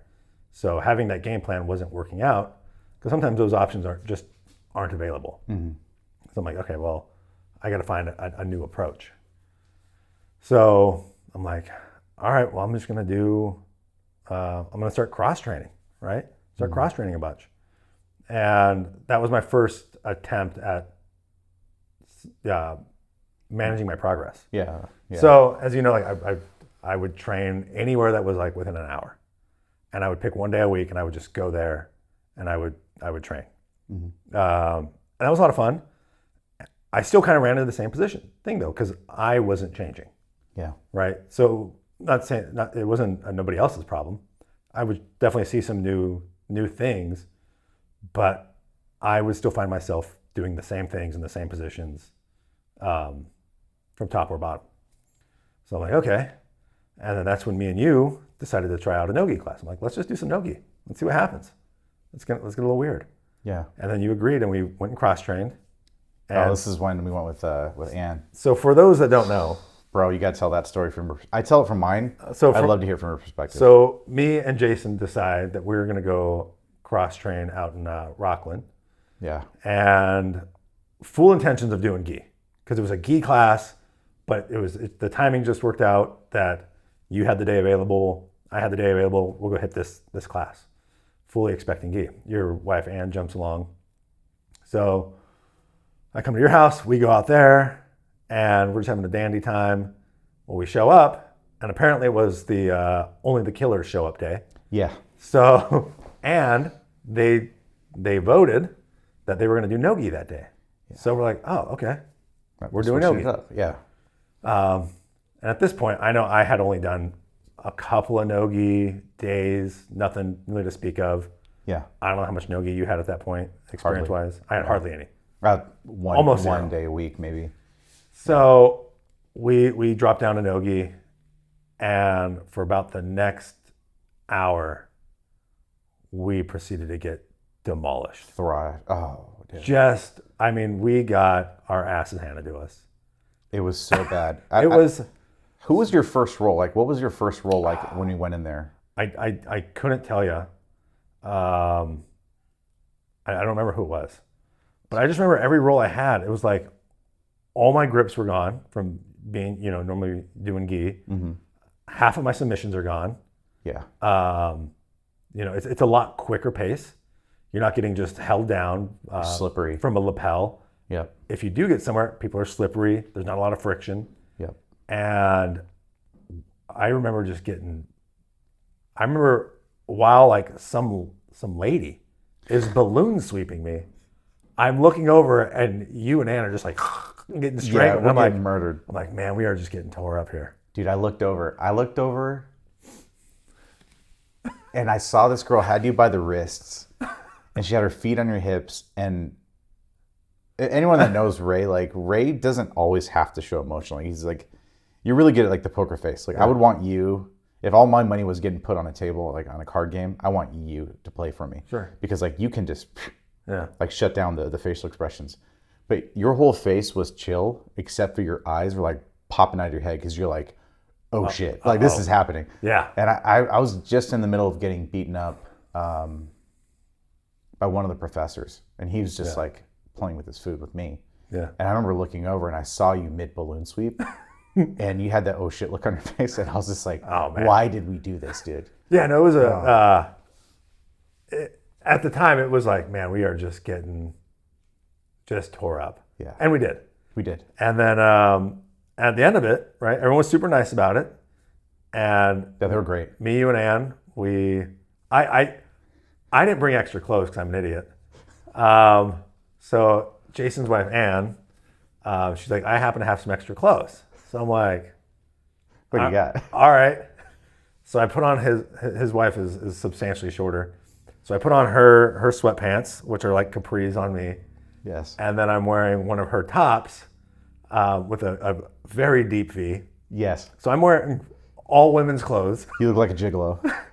And we went out and we had ourselves some sad sushi. Sad sushi, for sure. And we all ate it and just like wondered what we were doing with our lives. Yeah. And then and I was a newly promoted blue belt. Like that was like I was like, I'm a blue belt now. I was like, I know some shit. I should go beat these people up. No, dude, we got did handled. in fact not know anything. Handled. Yeah. So to get back to the journey there of so anyways, we did all that, right? We did a lot of cross training. Yep. So that was fun, but I still felt myself kind of in the same kind of back and forth monotony of just doing the same things. Mm-hmm. I'm like, all right, this is a me problem. Like I need to figure out what I can do to fix my own mentality and training. So I'm going to go pursue some other gyms. And so I had talked to our professor and I'm like, I'm going to cancel my membership. Mm-hmm. And this isn't like it's not a goodbye. It's a see you later. Like we're still friends. Yep. I just need to go find out something for me.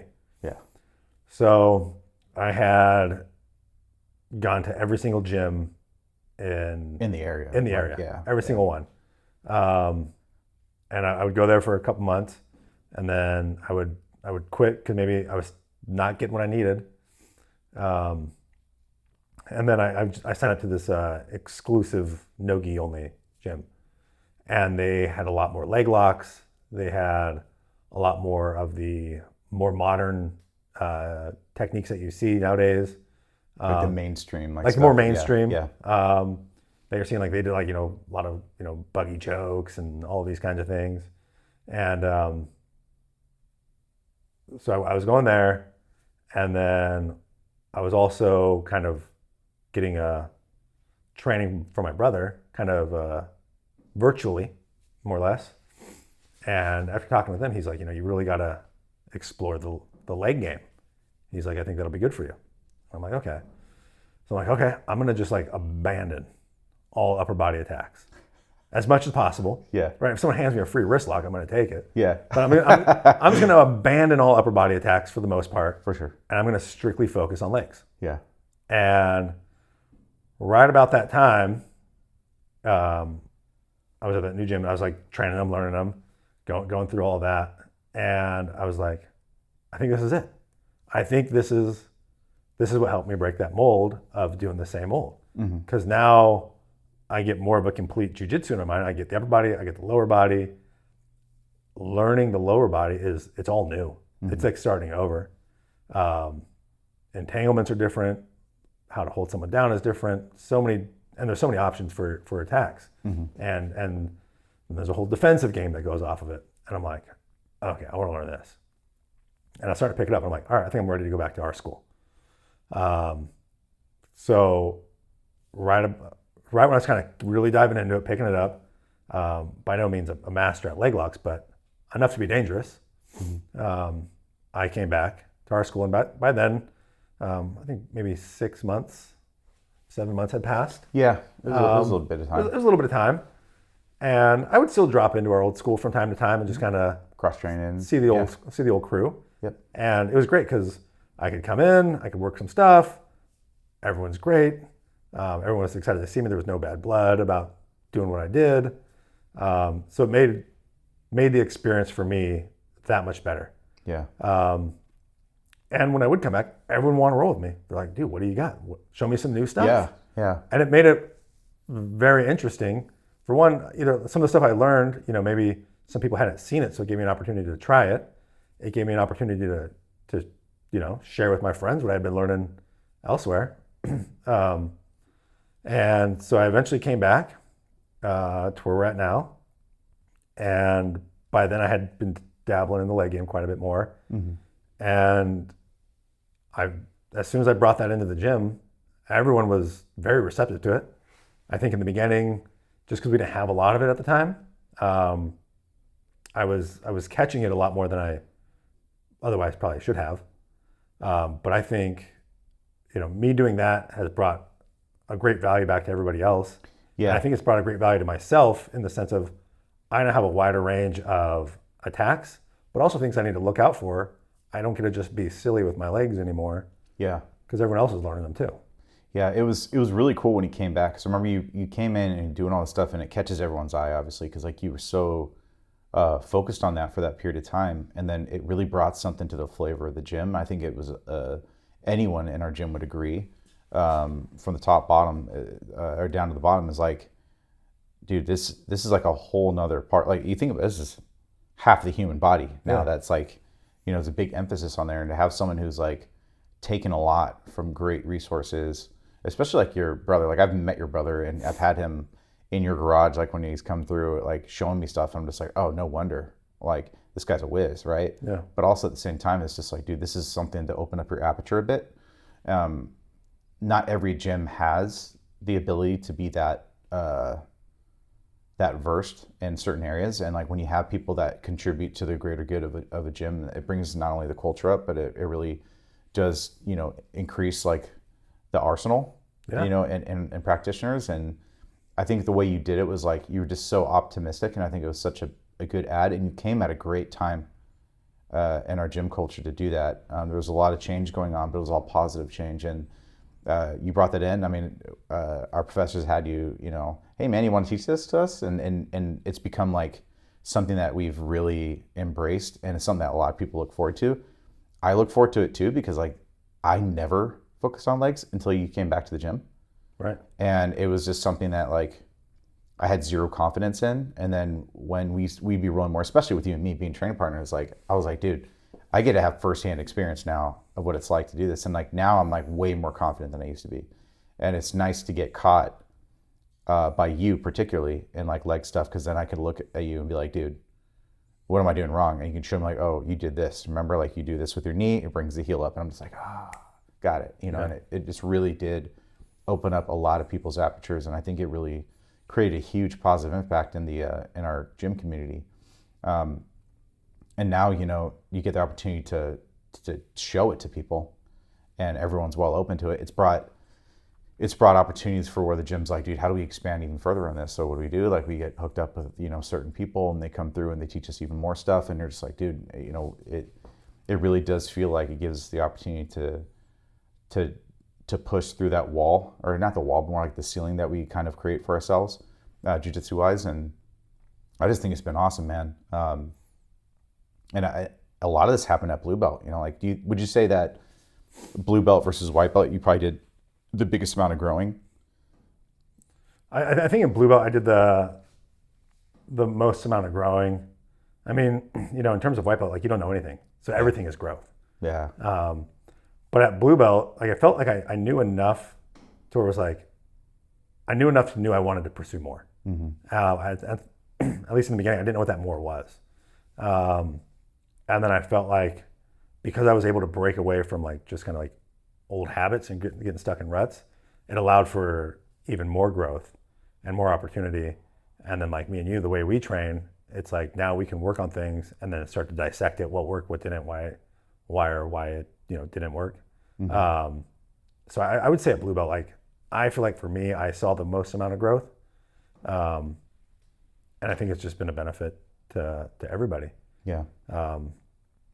Now, like even when I roll with you, if I get you in a leg lock, I think one of the misconceptions that gets spread in jiu-jitsu is leg locks are like a loaded gun, right? From the moment you touch it, the whole thing's got to be scary. When really it's not. Like I'll get you in a leg lock now, and you're like, you'll know if I have it or don't. Oh, for and sure. You're like, oh, just because I'm grabbing your ankle doesn't mean you have to tap. You're like, oh yeah, he doesn't have that.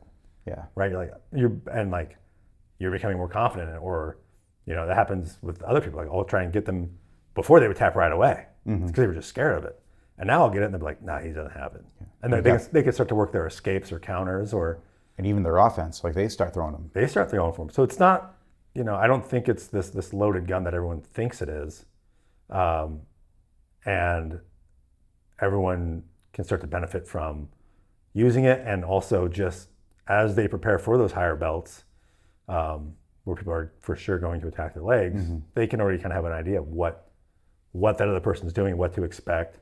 And so I think not just me, but I think everyone else is growing because of it. Yeah, because especially when it comes to getting that knowledge base, I used to get put in certain positions, let's say like the legs, right, with upper belts, and I'm seeing them do it. I'm just like, how do they even do that? But then learning that and having that knowledge kind of built up in me, I'm like, okay, now I'm recognizing what they're doing. Yeah. And so it kind of like filled a lot of the gaps of knowledge, and for sure with me, and it instills confidence in the heated moments of a roll. Where like, because it's like you said, like it's not really that scary. It's just part of the overarching bubble that is jiu-jitsu, right? A leg starting to get worked on versus like my arm. It's the same thing. I have a problem. There's an attack occurring. I need to address it. And then what am I doing defensively to address that? Maybe I can turn the tide. Maybe I can just escape, reverse the situation. But it just allows you to see everything instead of just from the waist up, just not just the arms and the neck. Right. And I think I was stuck in that too, and early on, and for me, getting that exposure at blue belt, especially when I was very young at blue belt, where I got to experience that with you, and then I'm seeing that spread around the gym, and now starting to make sense as to what the people are doing to me that are already experienced at that, and then there's folks that were, at higher levels than us, but they're also benefiting from the knowledge that you're bringing. Like it was just so cool, and I think it's really definitely changed the gym culture for the better. Yeah, I think anytime anyone can bring anything back into the gym, we have coaches that go out of town and do weekend classes and bring stuff back. Yep.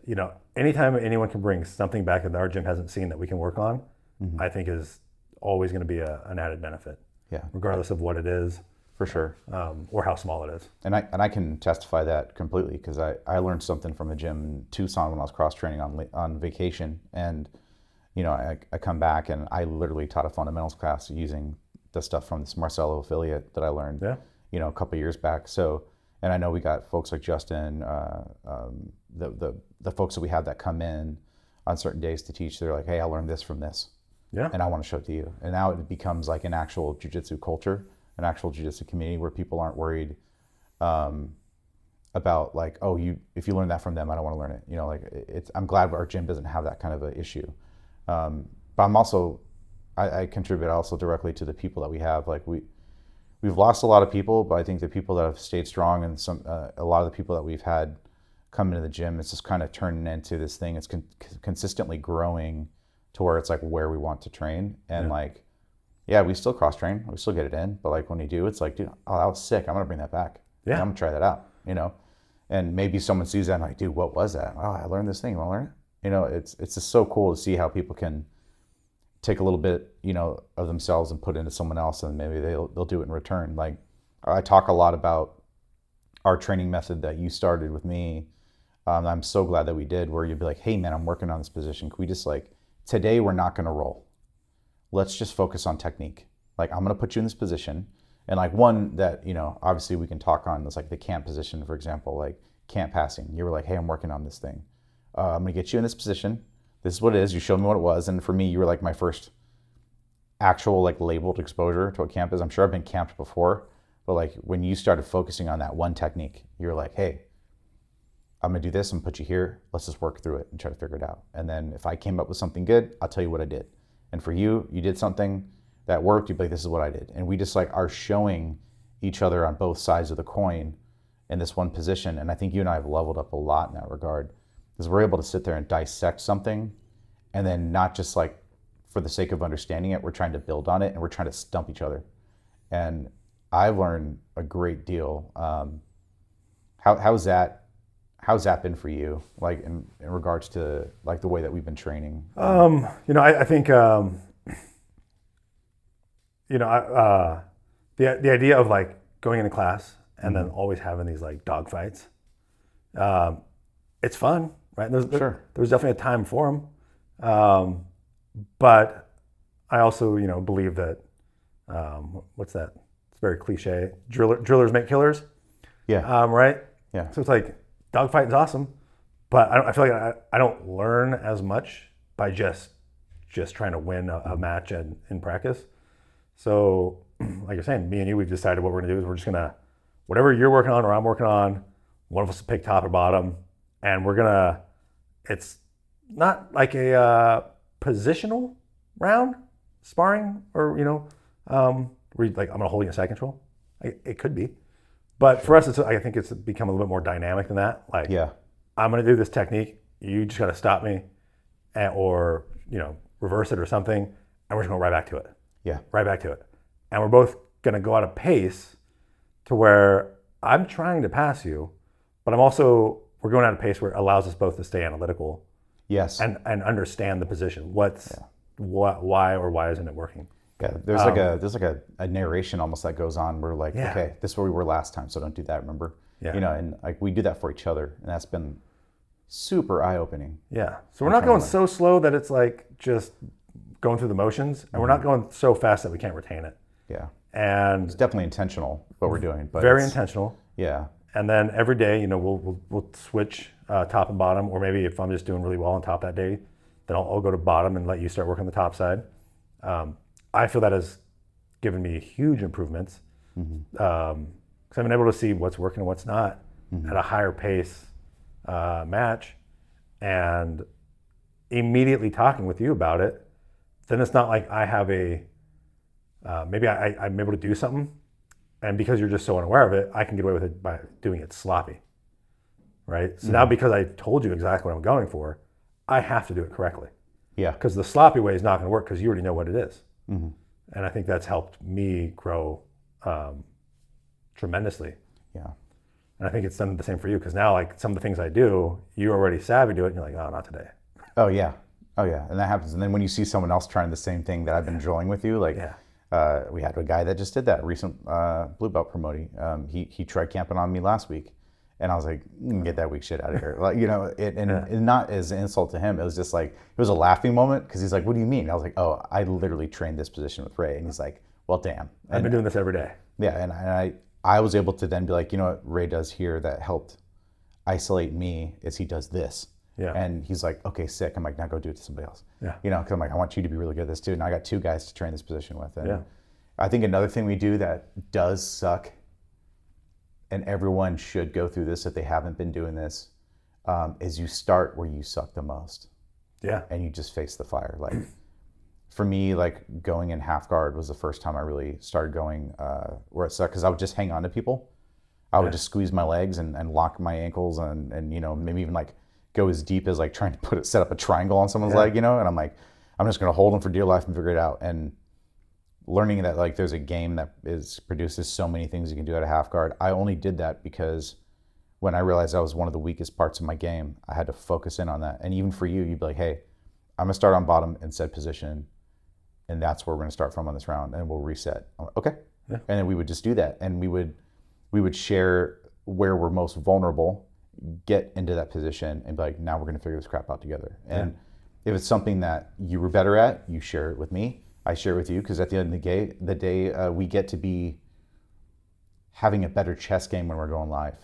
Yeah. And then we're going against other people. It's just not as intimidating. It's not as a plateau of a feeling when you're like, oh, I've been working on this. And we definitely stay in positions. Like, we work on those positions for a long time.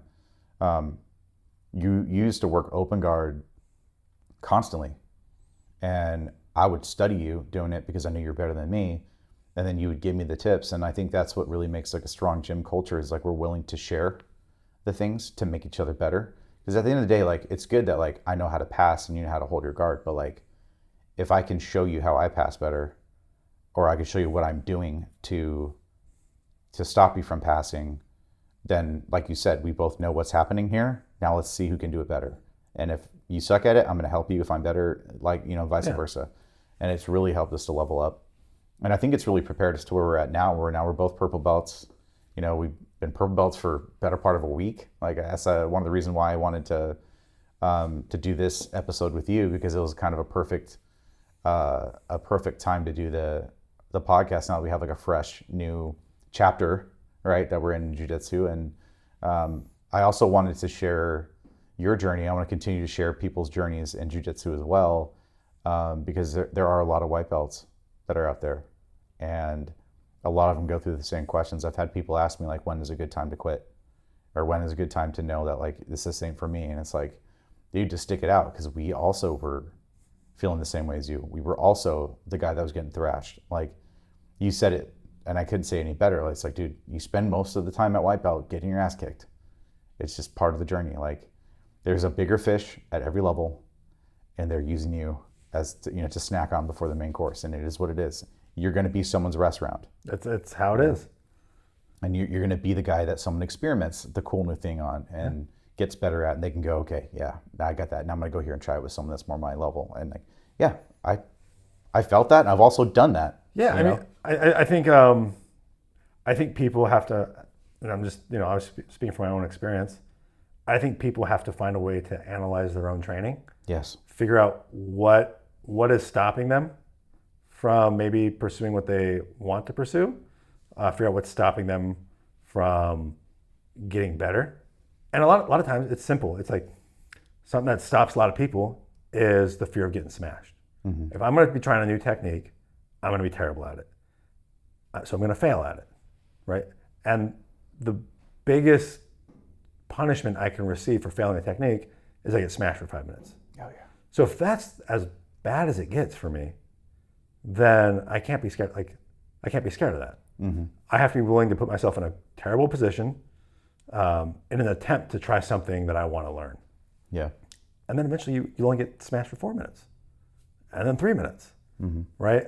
Setting these goals and understanding that just because you're a white belt and you don't know anything doesn't mean you still don't serve a huge purpose in your gym, mm-hmm. and you do. And I think I stole this idea blatantly from Justin, one of our coaches, which is like almost like ranking your technique, right? So it's like, yeah, if I'm learning, X guard, right? If I can do it on nobody, then it's garbage. But if I can build it up to a point where I can do it on white belts, but not blue belts, it's a white belt technique. I built it to that level of caliber. Yep. And then now if I can get all the white belts on it, can I start getting blue belts with it? Yeah. And if we do that, then we just kind of, and hopefully we get to the point we can do some X guard techniques on black belts. It's like, I got this shit down. Yeah, got it down. Right. So you got to like graduate your own techniques. And I really like that concept. And I think about it a lot, and I use it as I'm going through things I'm trying to learn. Mm-hmm. Especially with like the leg locks. I still feel like I'm still very new and green in the leg locks. I'm trying my best to learn as much of it as I can. Mm-hmm. So even with those new white belts, where you're like, man, I'm just getting my ass kicked. It's like, you're still here serving a purpose, making everyone better. Yeah. You're just unfortunately going through the phase that everyone has to go through. Yeah. But you will get better, analyze your own training, figure out what parts of jiu-jitsu you like mm-hmm. more than others, figure out what's stopping you from learning, and If it's just that you're just worried about getting smashed, Yeah. you got to put that fear aside.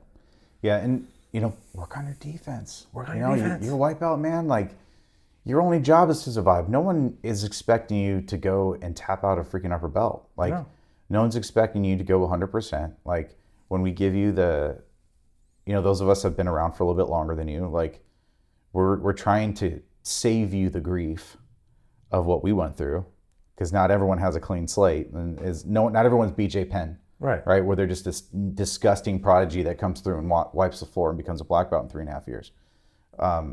Also, no one in our gym is Gordon Ryan. Yeah. So it's like we have our different levels, and we have some great competitors. Or we have some guys that have made it deep into worlds masters. We have people that train us that are world champions, and like, yeah, that's great. But like, my journey is my journey. But one thing we can all agree upon for white belt is like, dude, survive. Micro goals. Defense, bro. Micro goals. Get your advice, get a good training partner, find some trust in the gym to where, and obviously you got to find the vibe, because not every white belt's going to survive that transition from white to blue, and they're not going to make it there. Or they become blue belt and they just quit. Like, what are you going to do to set yourself up? Like, one, good people, good culture. Freaking don't quit is another one. You got to show up. Like, just showing up isn't enough. Right. But like, you have to show up to get better, and you have to put the time in. You have to put the blood, sweat, and tears in. I've broken half my fingers and almost every toe. I have torn things. I have ripped things. I have been out of commission. I popped major muscles, and it sucks. But like, I have to keep going. Otherwise, I'm gonna let that thing define my journey. That's gonna be the stamp. Like, I don't want that to be in my journey. I want to keep going until the wheels fall off. So if that's the case, I have to start. Definitely goal setting. That's like one of the biggest motivators, but especially now at this point where I'm trying to like learn and get better at techniques. Like, I do the same thing. Like, when Justin told me that, I think he was talking about a sweep, and he was like, yeah, I'm up to purple belt right now in the sweep. I remember he was telling me that, and I asked him about it, and then he started talking about it in class openly when he's teaching, and it's like, oh dude, I'm absolutely going to do that. And I've definitely done that. I catch myself saying it to people in my fundamentals class. I'm like, yeah, right now I got this sweep up to, black belt. Like, I got lucky. I have a black belt sweep or two that I have landed on black belts, and it works. And I've done it on multiple black belts. That's cool. But it's like, the rest of my game still needs to get up.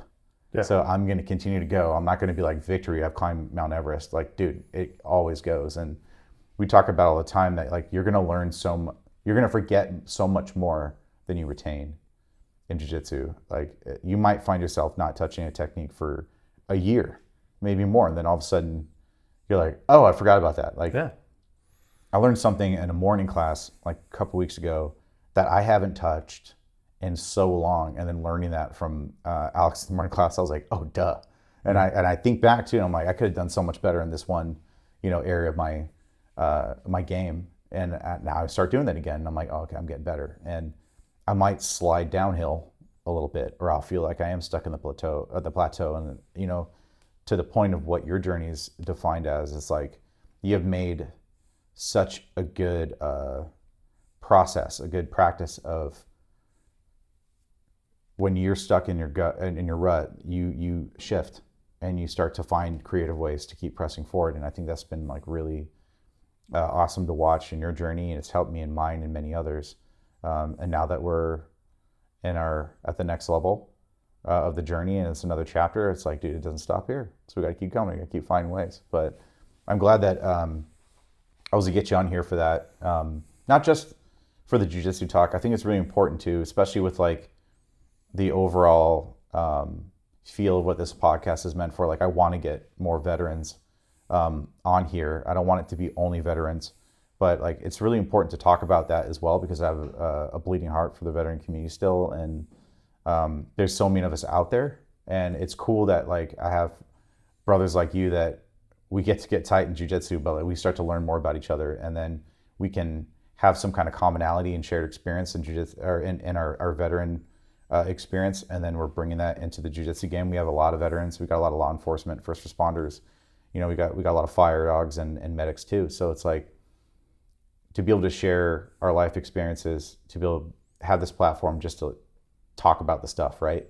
And then, the things that I'm passionate about. I have the military life, and then I also have jiu-jitsu, and I got that in one dude here. Like, great. And our families hang out. We're tight. Like, it's so much better to be able to get that stuff out, and it's good to be able to come here and get someone with your perspective too, especially the fact that you had experience in the Army and to experience what you've gone through and to share. It's gonna help some people, and especially with getting more people in our gym community, people that are interested in jiu-jitsu.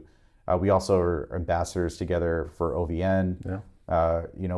For those of you that don't know what OVN is, it's an organization that's designed around like veteran awareness, not just like for the struggles and everything like that, but to provide a platform that veterans can reach out to community. They can find community. They can reach out and discover new hobbies, but we do it in a competitive environment. Ray and I rep that. We got a buddy Tyler in the local area too. He's a jiu-jitsu guy that also is involved in OVN. So if you are looking for connection and you're tired of the same old, and you're struggling, or even you just want to reach out and find community or you're interested, you could always reach out to OVN. You can go operationvetnow.org, or you can reach out to us. That's why we have ambassador athletes. We have people that are in MMA, jiu-jitsu, you name it. We got pickleball players, we got racers, we got bull riders, you name it. All those sports, you think of a sport, we probably have an athlete that's an ambassador, and even if they're not in your local area, they can probably reach out and find connections for you. So I just wanted to bring that up as well. It's something that I'm really passionate about. I'm really thankful to share that journey with you, and to have you on here to be vulnerable to experience not just, or to explain not just your experiences for the rough parts of it and also the good parts. It means a lot, and I appreciate you having on here, and I hope it was entertaining enough for you guys. Just wanted to get Ray on here. I was looking forward to get this episode going.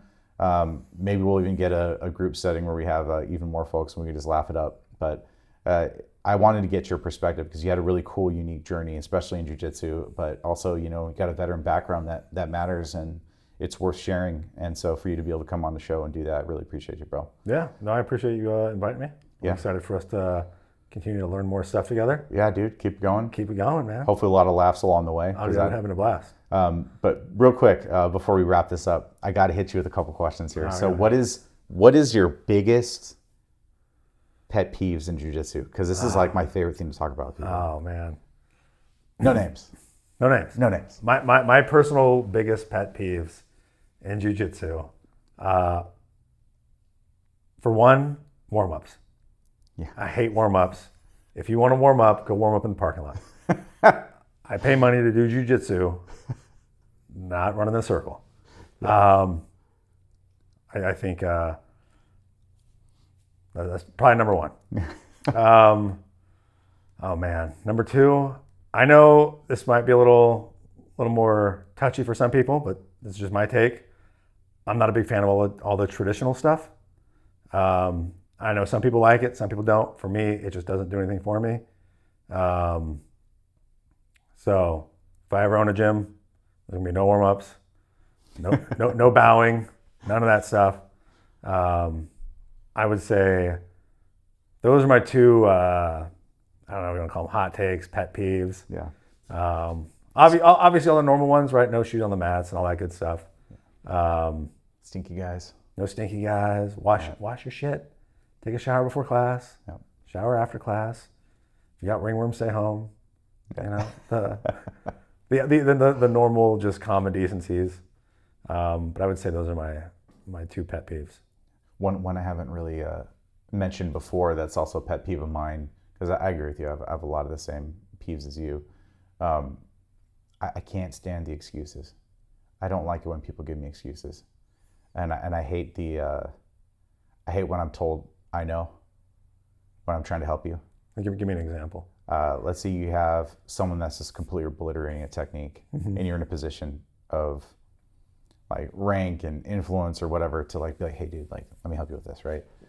And then you're in the middle of trying to explain something, they're like, oh I know. I'm like, you actually don't. That's why I'm helping you. Or like what you just did was like you're getting disqualified if you do that, and they're just like, oh no. Yeah, I'm I like, know. dude, no you freaking don't. Like just shut your face and let me help you. And like the parentals, when you got parents that are just like the just stand up parents. Oh yeah. Like especially when they're badgering kids, like because you and I, we've coached together, and like you see parents, I'm like, dude, just sign a waiver. and then you can find out why your kid can't get up right now. You know, I agree with you 100%. That's coming from a place of not knowing. Yeah. Right. Maybe at our school, what we should do is we should have a just stand up class. Oh yeah. Where like anyone who says that, right, you get to come in, get on bottom, and then everyone's going to stand around you and just yell, "Get up!" Yeah. And then you got to just get up, and then you win. We should do that. We could do a whole blog series about that. Yeah, that's annoying, right? Those are annoyances. But like when you have people that stifle their own learning, that's something that makes me mad too. Because I'm like, dude, like there is a whole group of people trying to help you. So, but yeah, I always like talking about P's, and I like to let that be towards the end when I'm talking to a jiu-jitsu guy. Because like for me, it's just like, even though we're talking about things that piss us off, like we can't stand, it's still funny to talk about, man. Like I've done so many stupid things because I was that guy. Like I made those mistakes, and like, and then when you learn, you're just like, dude, don't. Like you're just making life harder, Yeah. But it's funny to be able to mention those things, make light of situations. Like even with like military experience, it's like you have things that you go through, but it's like there's so many good things about your service, like that you can bring home with you. Like I have some lifelong friends. I have new friends that I can bond with. I have experience that I take into my adult life, and I think I relate a lot the military lifestyle and experiences and culture to jiu-jitsu, because for me it felt like a really big bridge, and it helped me with my brain. Like I don't think about anything else when I'm rolling except for what's going on right now between me and my training partner, or maybe my opponent in the competition realm, and that's super needed. And self-care is something that I think, especially with men, like we're really terrible about. We don't really focus on that, and it's an opportunity for us to be able to grow as people. And I've seen you turn into a little chatty Cathy on the mats. Like dude. Well, I think kind of. I know we're getting a little late here, but going back to what we had said, much earlier in the conversation, it's like, in the military you have this core group of 30, 40 guys. Yeah. And you eventually have to, part ways with them. And then you come to jiu-jitsu, and it really is the community. And jiu-jitsu is just the medium. That's just the thing we're doing. Yeah. Right? Yeah. And that's kind of what, OVN kind of, shows. It's like there's all these activities, whether it's jiu-jitsu or bull riding or anything else. It's about building this cohesive team or group of people that you can be comfortable with. Yeah. And doing the thing you enjoy, and have people to rely on, and hopefully those bonds can grow into more meaningful relationships. Mm-hmm. And I think jiu-jitsu is a great outlet and a great place to begin to build that community. Yep. And you just don't find that everywhere. Right. Everyone's going through the same exact struggles, learning the same things at the same, belts or mile markers. Yep. Everyone's gonna have the same questions, right? Same nerves. Should I do this tournament? Should I not? Am I ready for this? Am I ready for that? And I'm ready for the belt. Ready for the belt. And I think that creates the community, and that's what becomes so helpful to so many people. And another thing about jiu-jitsu too is like, dude, you have to earn that crap. Like, there's no faking your way, because like you expose yourself deeply when you're not earning your way. You can buy whichever belt you want on Amazon. Yeah, you can do that. You can buy whichever one you like. Yeah, and it's going to get figured out real quick that it's a lie. Yes. There's no lying. There's no lying, bro. There's no lying. As soon as I get hands on you, I'm like, okay, dude. Yeah. And I think I enjoyed that the most about jiu-jitsu. I was like, oh, like I'm a white belt, and I'm definitely getting ragdolled like a white belt. When I get to blue belt, it's like I'm still learning. Even now at purple, like that's one thing I like about jiu-jitsu. It's like I talked to Justin about this in the last episode. It was like the first time I got a stripe, the first thing that happened was he came up to me and he's like, let's see what that stripe does. Yeah.